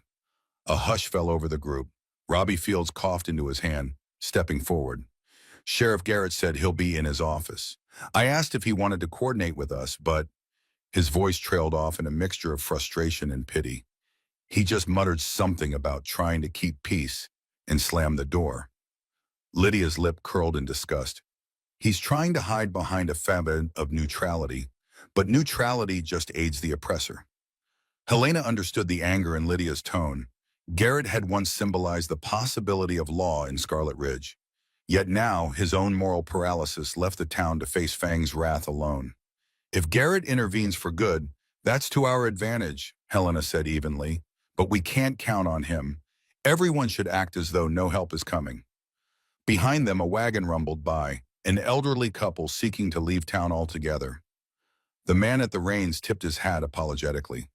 "I can't fight," he called out, "but I pray you folks succeed." Helena offered a nod in return, her heart heavy. She couldn't blame people who fled. Fear had reigned so long, it was a wonder any remained. In the tense silence following the wagon's departure, Helena felt a nudge on her arm. She turned to find Maribel Barrett, eyes still shadowed by her family's ordeal, but resolute. "My children are hidden safely with Dr. Caldwell," Maribel said. "If there's anything else I can do," Helena gently pressed a hand to the woman's shoulder. "Focus on them. Help the doctor. We need watchers there to ensure no harm comes to the wounded." Maribel nodded, swallowing hard. The rest of the townsfolk dispersed to their assigned spots, weapons in hand, hearts thudding with apprehension. The hours ahead could reshape Scarlet Ridge entirely, either forging a stronger community or scattering it under the boot of a brutal warlord. Left momentarily alone in the dusty street, Helena gazed at the rooftops and alleyways. She recalled her final missions in the war, where guerrilla tactics had allowed small groups to topple far larger forces. This time, she wasn't leading seasoned soldiers. She was guiding everyday people who had jobs, families, and hopes. Their courage astounded her, and she vowed not to squander it. Sunset approached, the sky draining into hues of orange and indigo. The hush that settled upon the town felt like the deep intake of breath before a storm unleashes its fury. Helena hefted her shotgun, pulse steady, and thought, "Let Fang come. We're ready as we can be." The first warning shot cracked through the dusk like a lightning bolt. Up on the ridge north of town, Robbie Fields fired a single round into the sky, the echo rolling across the barren hills. Instantly, hearts seized throughout Scarlet Ridge. Men and women at their posts tensed, gripping rifles and shotguns. Doors slammed shut as watchers signaled each other with lanterns.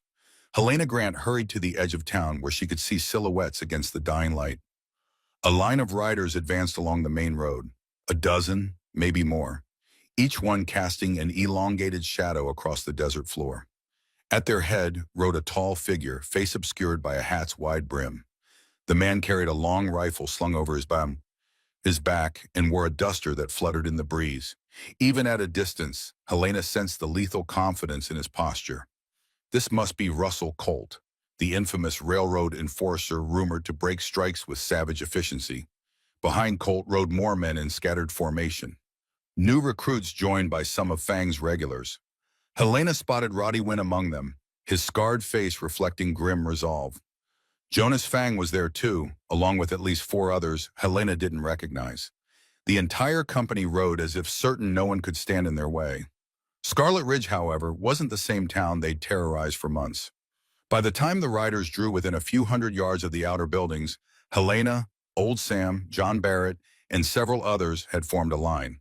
Atop rooftops, more townspeople aimed rifles. Helena prayed none would fire prematurely. As the riders approached, the tall figure, Russell Colt, raised a hand, and they reined in, dust swirling around the horse's hooves. Colt surveyed the defenders. When his eyes landed on Helena, he angled his horse forward. "That you, Grant?" he called, voice carrying on the evening air. "Heard tales of a silver-haired ghost stirring trouble." Helena stepped forward so he could see her clearly, her shotgun at rest, but ready. "You heard right." Behind Colt, Jonas Fang spurred his horse impatiently. "Enough talk," he growled. "We came to teach them a lesson, not trade words." But Colt cast him a silencing glare. "I'm in charge here," he snapped. Then he refocused on Helena. "We don't have to make this ugly. Gideon Fang wants the town under control. Hand over your ringleaders. Barrett, that storewoman, yourself, and we'll leave the rest to go about their business. No fuss, no blood." A rumble of anger spread among the townsfolk. John Barrett, his rifle in hand, barked, "We're not going anywhere with you. Fang's men already kidnapped my family once. You won't get another shot." Sarah Vance, perched on the saloon roof, let out a derisive snort. "You want to talk about no blood after what you've done? Save your breath." Colt's eyes narrowed. He seemed genuinely annoyed by the resistance. "I was offered gold to do this job. I've broken bigger towns than this. Don't force my hand." Helena met his gaze, her voice unwavering. "I won't let you hurt these people. Turn around and ride out. That's your only chance." Colt spat into the dust. Wrong answer. He turned to his men, lips curling in a predatory grin. "Show them what happens to heroes." Time stretched as the mercenaries reached for their weapons. Helena had anticipated that moment. She shouted, "Now!" and the defenders acted in unison. From the rooftops, the first volley of shots rang out, aimed at the ground in front of the horses to spook them. The street exploded with the clamor of hooves, cursing men, and gunfire. The mercenaries fanned out, some galloping toward the alleyways, others dismounting to take cover behind water troughs or crates. Helena dove behind a stack of barrels, returning fire with measured shots from her shotgun. Bullets whizzed overhead, splintering wood and shattering windows. Within seconds, the peaceful street was a battlefield. Yet the townspeople did not scatter. Old Sam Pritchard, hammer looped in his belt, fired methodically at mercenaries trying to flank them. Sarah Vance's rifle cracked from the saloon roof, picking off those who exposed themselves too boldly. John Barrett, fueled by righteous anger, knelt behind a wagon and shot the hat off one of Colt's men. Everywhere, the sound of defiance rumbled in the dusty twilight. For a few fraught minutes, chaos reigned in the center of Scarlet Ridge. Muzzles flashed in the half-light, and men shouted curses that echoed against the wooden facades. Horses shrieked, hooves thundering as they sought to flee the onslaught of noise and confusion. Helena realized that in this frantic dance, calm precision mattered more than raw numbers. She counted the blasts from her shotgun, reloaded swiftly, then peered around a corner to track Russell Colt's movements. The tall enforcer had dismounted, his long rifle in hand. He advanced in a crouch, weaving between crates and barrels as bullets chewed up the ground. At one point, he paused behind a hitching post, scanning for Helena among the swirling dust. A bullet from Sarah Vance on the rooftop cracked into the post, splintering wood near Colt's face. He jerked back with a curse, eyes blazing fury. Meanwhile, Jonas Fang and Roddy Wynn tried to lead a flanking maneuver through the alley behind the store. They nearly succeeded in pinning down John Barrett, who'd taken cover there. But old Sam, moving with surprising agility for a man his size, dashed in and tackled Roddy Wynn before he could line up a shot. The two men tumbled to the dirt, exchanging furious blows, while Jonas fired wildly, forcing Sam to roll aside. John Barrett responded with a shot that grazed Jonas's boot, sending him limping. Amid the chaos, Helena spotted a younger mercenary trembling behind a broken trough. He looked barely out of his teens, eyes wide with terror as he fired blindly. The bullet whipped past Helena's ear and lodged in a beam behind her. She gritted her teeth, raising her shotgun, but something in the mercenary's panicked eyes gave her pause. Instead of delivering a fatal shot, she aimed low at the trough, blasting it to pieces. Shrieking, the young man threw down his gun and scrambled away. Helena let him go. She had bigger threats to handle. A sudden series of shots rained from the direction of the sheriff's office, spitting up dust near the defenders. Helena cursed under her breath, thinking Garrett had joined Fang's side. But then she realized the shots were spaced wide, almost as if they were warning rounds. Glancing quickly over, she saw Sheriff Garrett standing in the doorway, face set in desperation. He was firing above the heads of both mercenaries and townsfolk, yelling for everyone to cease. No one paid him heed, and the bullets kept flying. Clutching her shotgun, Helena inched forward along the side of the store, searching for Russell Colt. She found him hunched behind a toppled wagon, reloading. He spotted her at the same moment, and their eyes locked. The tension of that split second felt like a coil ready to snap. Colt swung his rifle up, but Helena dove behind a water barrel, Colt's shot splintering the corner with a deafening crack. Rolling onto her back, Helena reloaded, her heartbeat roaring in her ears. The stench of gunpowder and sweaty fear thickened the air. All around, the clang of bullets against iron or wood filled the night, overshadowing the muted sobs of the wounded. She knew she couldn't let this drag on. Fang's men might get reinforcements. Or worse, the townspeople might lose heart. Setting her jaw, Helena craned her neck to see if Jonas or Gideon Fang himself was on the street. She spotted Jonas near the blacksmith's forge, stumbling with a bleeding leg. Gideon Fang was nowhere to be seen. Perhaps he remained out of town, content to let Colt do the dirty work. Or maybe he was lurking in the shadows, waiting for an opportunity. Either way, Helena intended to end this fight decisively. Sparks flew near the saloon as Sarah Vance's rifle jammed at a critical moment. She scrambled to clear it, but the lull allowed two mercenaries to dash across the street, aiming to flank the rooftop. John Barrett yelled a warning, but the attackers pressed on. That was when Lydia Moore emerged from the narrow alley, leveling her rifle. She fired once, forcing the men to dive behind a stack of crates. They returned fire, and Lydia ducked, a bullet whizzing past her ear. Down by the smithy, old Sam had pinned Roddy Wynn against the anvil, one muscular arm holding the gunslinger's wrist. Roddy spat curses, thrashing in an attempt to break free. Jonas Fang, favoring his injured leg, limped away from the scuffle, seeking better cover. Sam let out a grunt as Roddy twisted a knife from his belt, slicing a shallow cut across Sam's forearm. Blood trickled, but Sam responded by slamming Roddy's arm against the anvil, forcing him to drop the blade. Meanwhile, Russell Colt advanced once more through the swirling dust. Helena, reloaded and ready, burst from behind the barrel. She fired her shotgun, but Colt spun aside with alarming swiftness, the buckshot pelting the wagon behind him. He leveled his rifle in return, and Helena threw herself flat as the bullet sang overhead. In a single rolling motion, she racked her shotgun, pivoting to face him again. They traded shots, each half-crouched behind minimal cover. Colt was a skilled gunman, no doubt. Every time Helena tried to shift for a better angle, he'd pin her down with a meticulously aimed round. The tension pressed on her lungs like a vice. She'd faced expert marksmen before, but Colt's unwavering calm under fire made him particularly dangerous. In the lull between their exchanges, Helena heard footsteps scrambling behind her as she twisted, half expecting an ambusher, but it was Sheriff Garrett, his pistol shaking in his grasp. His eyes were wild, torn between guilt and duty.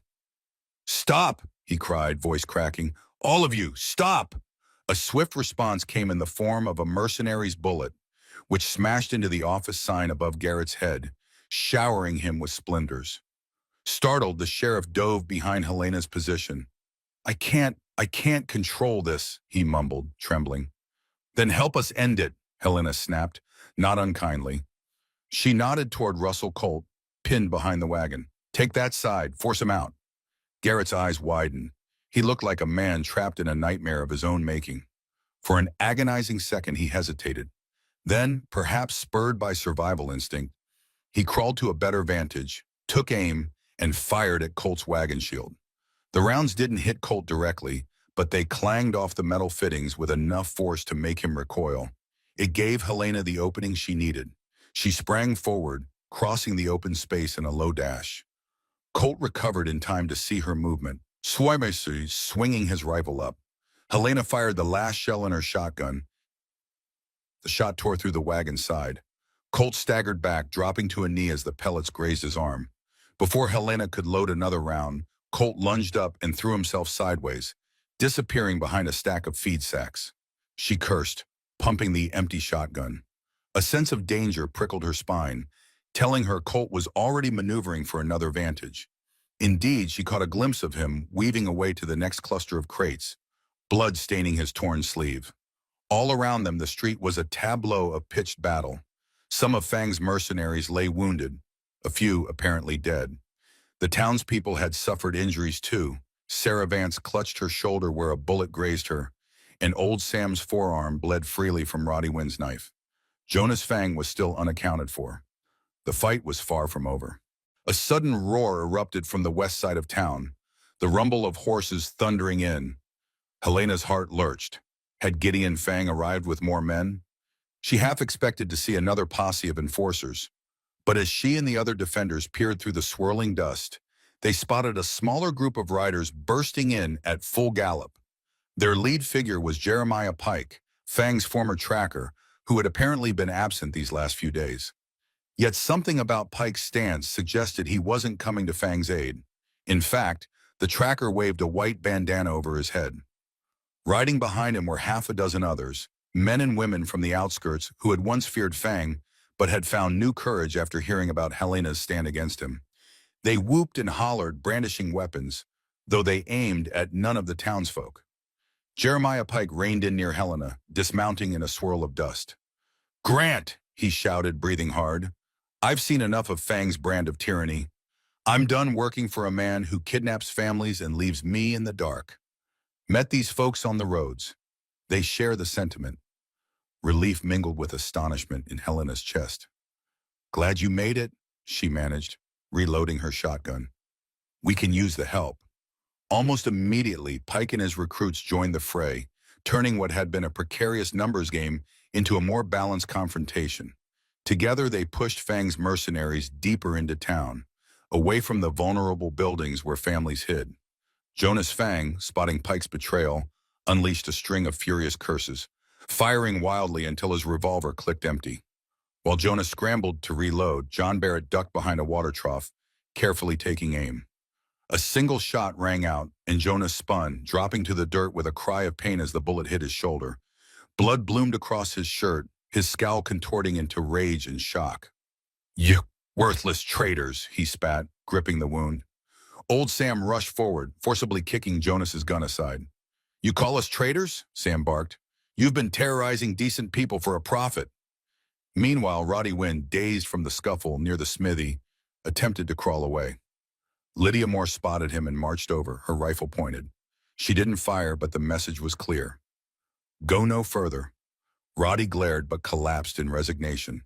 Across the street, Russell Colt remained the last real threat, slipping through the chaos like a seasoned predator. Two of his mercenaries tried to rally behind him, but one fell to a bullet from Sarah Vance on the rooftop, and the other tossed down his gun, shouting surrender. Colt cursed under his breath, scanning for any remaining ally. The tide had turned, and he knew it. Sheriff Garrett, emboldened by the shift, advanced cautiously. "Colt, give it up!" he yelled, though fear still laced his voice. "We have you surrounded." A dry laugh emanated from Colt's hiding spot. "If you think I'll go quietly, you don't know Russell Colt." He emerged from behind a stack of crates, rifle raised. Robbie Fields fired a shot, but Colt twisted and avoided it, returning fire and forcing the deputy to duck. Colt's eyes zeroed in on Helena. "One last dance," he muttered, stepping into the open. Helena rose, shotgun in hand. She was out of shells, needing a moment to reload. Colt capitalized, dropping to one knee and aligning his rifle's sights on her chest. Time slowed. She could see the tension in his finger as it squeezed the trigger. She lunged sideways, hands fumbling for the spare rounds at her belt. A crack rang out, but the bullet never found her. A second shot echoed, and Russell Colt jerked sideways, rifle falling from his grip. He staggered, eyes wide, and collapsed to the ground. Shock rippled across the street. Helena, breath still caught in her throat, turned to see Sheriff Garrett holding a smoking revolver, his face ashen. He'd shot Colt in the final split second. An unearthly hush descended, punctuated only by the ragged breathing of wounded men and the terrified whinnies of horses. Colt lay motionless, a dark stain spreading beneath him. Slowly, Helena exhaled. Garrett stood trembling, lowering his gun. In that single instant, he'd chosen a side. And the battle for Scarlet Ridge had ended. The street littered with spent casings, splintered wood, and battered souls. In the aftermath of the gunfight, dusk settled over the town like a weary sigh. Townspeople emerged cautiously from their makeshift barricades. Women and children peered from shuttered windows. A few brave souls rushed to the wounded, offering water or dragging them to Dr. Caldwell's clinic. The raw adrenaline of battle drained into a heavy fatigue that pressed on everyone. Helena knelt beside Russell Colt, checking for any sign of life. He was gone, eyes staring blankly at the twilight sky. She allowed herself a brief moment of regret. Another life ended in a violent confrontation, another body for the Undertaker's ledger. But she forced the thought aside. Had Colt lived, he would have kept killing to fulfill Fang's directives. Nearby, Jonas Fang sat propped against a barrel, clutching his bleeding shoulder and cursing under his breath. Robbie Fields, a mixture of relief and determination etched on his face, approached with a pair of handcuffs. Jonas Fang, you're under arrest for kidnapping, assault, and the murder of innocent townspeople. Jonas tried to spit an insult, but a wave of pain silenced him. Old Sam helped pin Jonas's arms so Robbie could snap the cuffs on. Meanwhile, Roddy Wynn and the other surviving mercenaries were disarmed and corralled. Some pleaded for mercy, some demanded lawyers, and some simply stared at the dirt, understanding their luck had run dry. Jeremiah Pike and his new allies stood off to one side, catching their breath. Pike offered Helena a sober nod. You fought well, he said. Didn't think the townsfolk had it in them, but you proved me wrong. Apologies for my part in Fang's old schemes. Helena acknowledged him with a steady gaze. We needed every hand tonight. Thank you for choosing a better path. At last, Gideon Fang himself appeared, riding slowly into town with two henchmen flanking him. The man's cold gaze swept across the battered street. Bloodstains, bullet holes, prone figures, and an impressive show of defiance from a community he had believed cowed. Helena and the others turned to face him, weapons still in hand. Gideon Fang reined in, surveying the scene with a face carved in stone. Looks like you've made quite a mess, he said flatly. Behind him, the two henchmen wore uneasy expressions, clearly outnumbered. Jonas, Fang called. Get up. Jonas, handcuffed and wounded, scowled in humiliation. I can't, he muttered, voice ragged. They shot me. Fang's lip curled in disgust. For a moment, he seemed torn between drawing his gun or retreating. Then Helena spoke, voice calm but resonant. This ends now, Fang. You've lost your hired guns. The town won't submit to your rule. Surrender quietly or face the same fate as your enforcers. His eyes flicked to Russell Colt's corpse, to Jonas's shredded shoulder, to the ring of rifles and shotguns pointed in his direction. Rage and calculation danced across his features. You think you've won, he said, the threat in his tone barely concealed. I have money, influence. Even if you kill me now, others will come. This silver is worth more than you can fathom. Lydia Moore stepped forward, leveling her rifle. We can fathom murder, kidnapping, and extortion just fine, Fang. We're done with you. A tense silence stretched. Fang's henchmen shifted nervously in their saddles, uncertain whether to flee or stand by their employer. Then a voice rose from behind the townsfolk. Mayor Townsend, trembling but resolute, stumbled forward, brandishing the incriminating documents he'd given Helena earlier. "We have proof of all your crimes, Fang," he declared, voice quavering. "You won't be able to buy your way out of a hanging this time." Fang's mouth twitched in fury.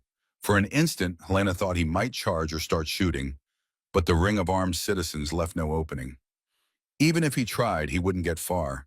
Slowly, Fang loosened his grip on the reins, casting a venomous glare around the assembled crowd. "Damn all of you," he hissed, tossing down his gun. Robbie Fields hastened over, slipping a second pair of cuffs from his belt. Gideon Fang dismounted, letting himself be taken into custody rather than die in a futile burst of gunfire. The hush that followed was thick with relief, disbelief, and the faint stirring of hope.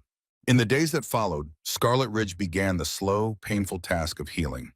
The main street, once lined with bullet-riddled posts and shattered windows, was cleaned and patched. Old Sam Pritchard's forge clanged late into the night as he hammered out replacement hinges and nails for the damaged storefronts. Lydia Moore organized a relief fund for those who had lost livestock or property in Fang's reign of terror. Dr. Caldwell's Bond clinic overflowed with the wounded. He and Maribel Barrett worked tirelessly to tend both townsfolk and captured mercenaries. Helena insisted that wounded prisoners receive humane treatment, much to the surprise of those who expected retribution. "Justice is more than revenge," she reminded them, remembering the bitter lessons of war. "If we stoop to cruelty, we become no better than what we fought." Jonas Fang lay in a makeshift jail cell, his wounded shoulder bandaged. He glared whenever anyone approached, sometimes hurling insults or empty threats. Roddy Wynn, battered and disarmed, rarely spoke, staring at the floor with a defeated expression. Gideon Fang remained as cold and calculating as ever, though each passing day behind bars chipped away at his aura of invincibility. He refused to answer questions about other crimes or accomplices, but the evidence gathered by Mayor Townsend and Helena spoke for itself. Meanwhile, Sheriff Garrett, who had delivered the shot that ended Russell Colt's rampage, wrestled with his conscience. He stepped forward to sign an affidavit detailing the hush money and intimidation tactics Fang had wielded. Though he tried to maintain a semblance of authority, townsfolk viewed him with a mix of gratitude and wariness.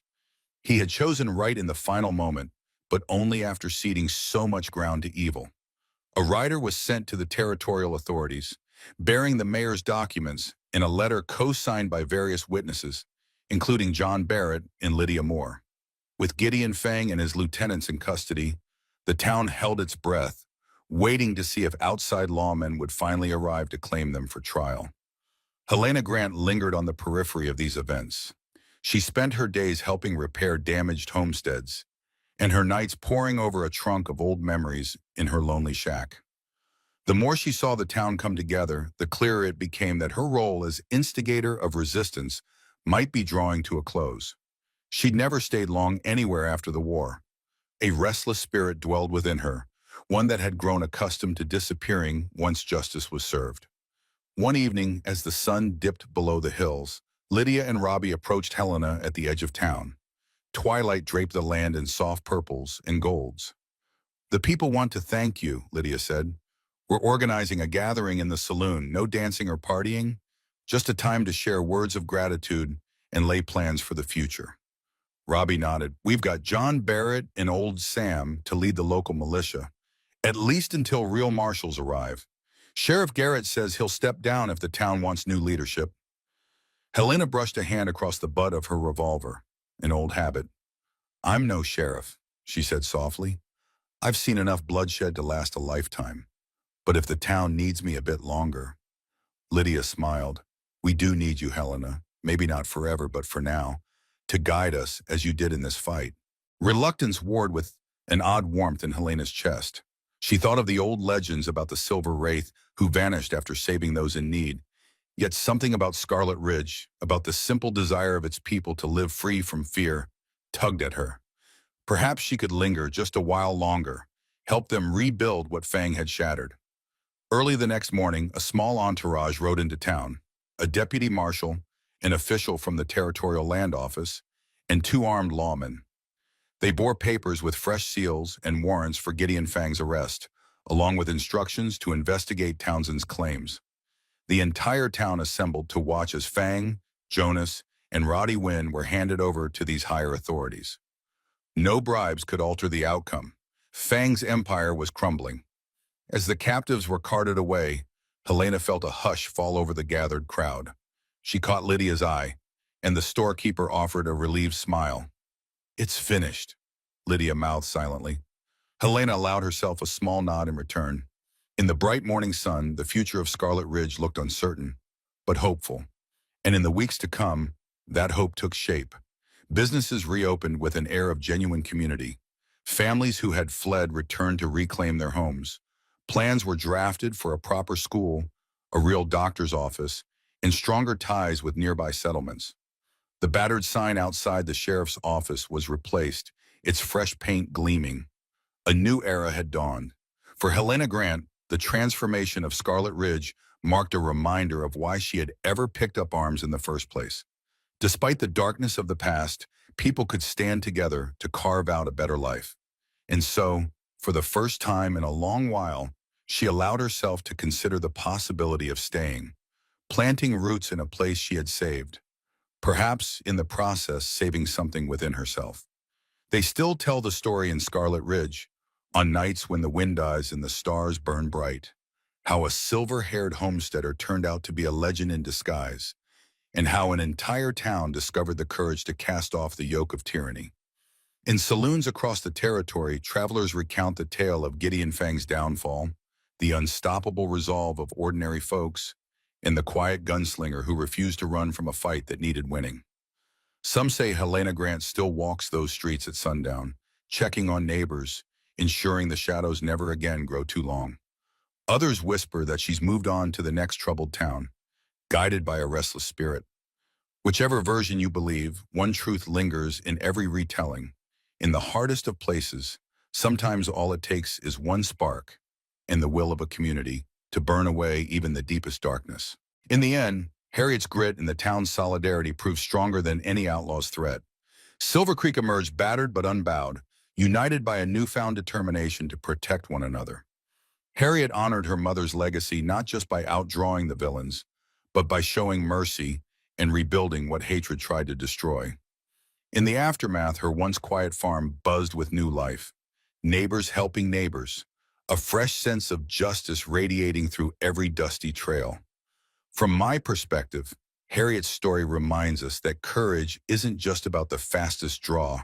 It's about using our strengths to shield those who can't fight for themselves. Silver Creek stands as a testament to what people achieve when they stand together, rather than surrender to fear. What do you think? Did Harriet's journey inspire you? Let's keep the conversation going. Share your views in the comments, and don't forget to subscribe for more riveting adventures.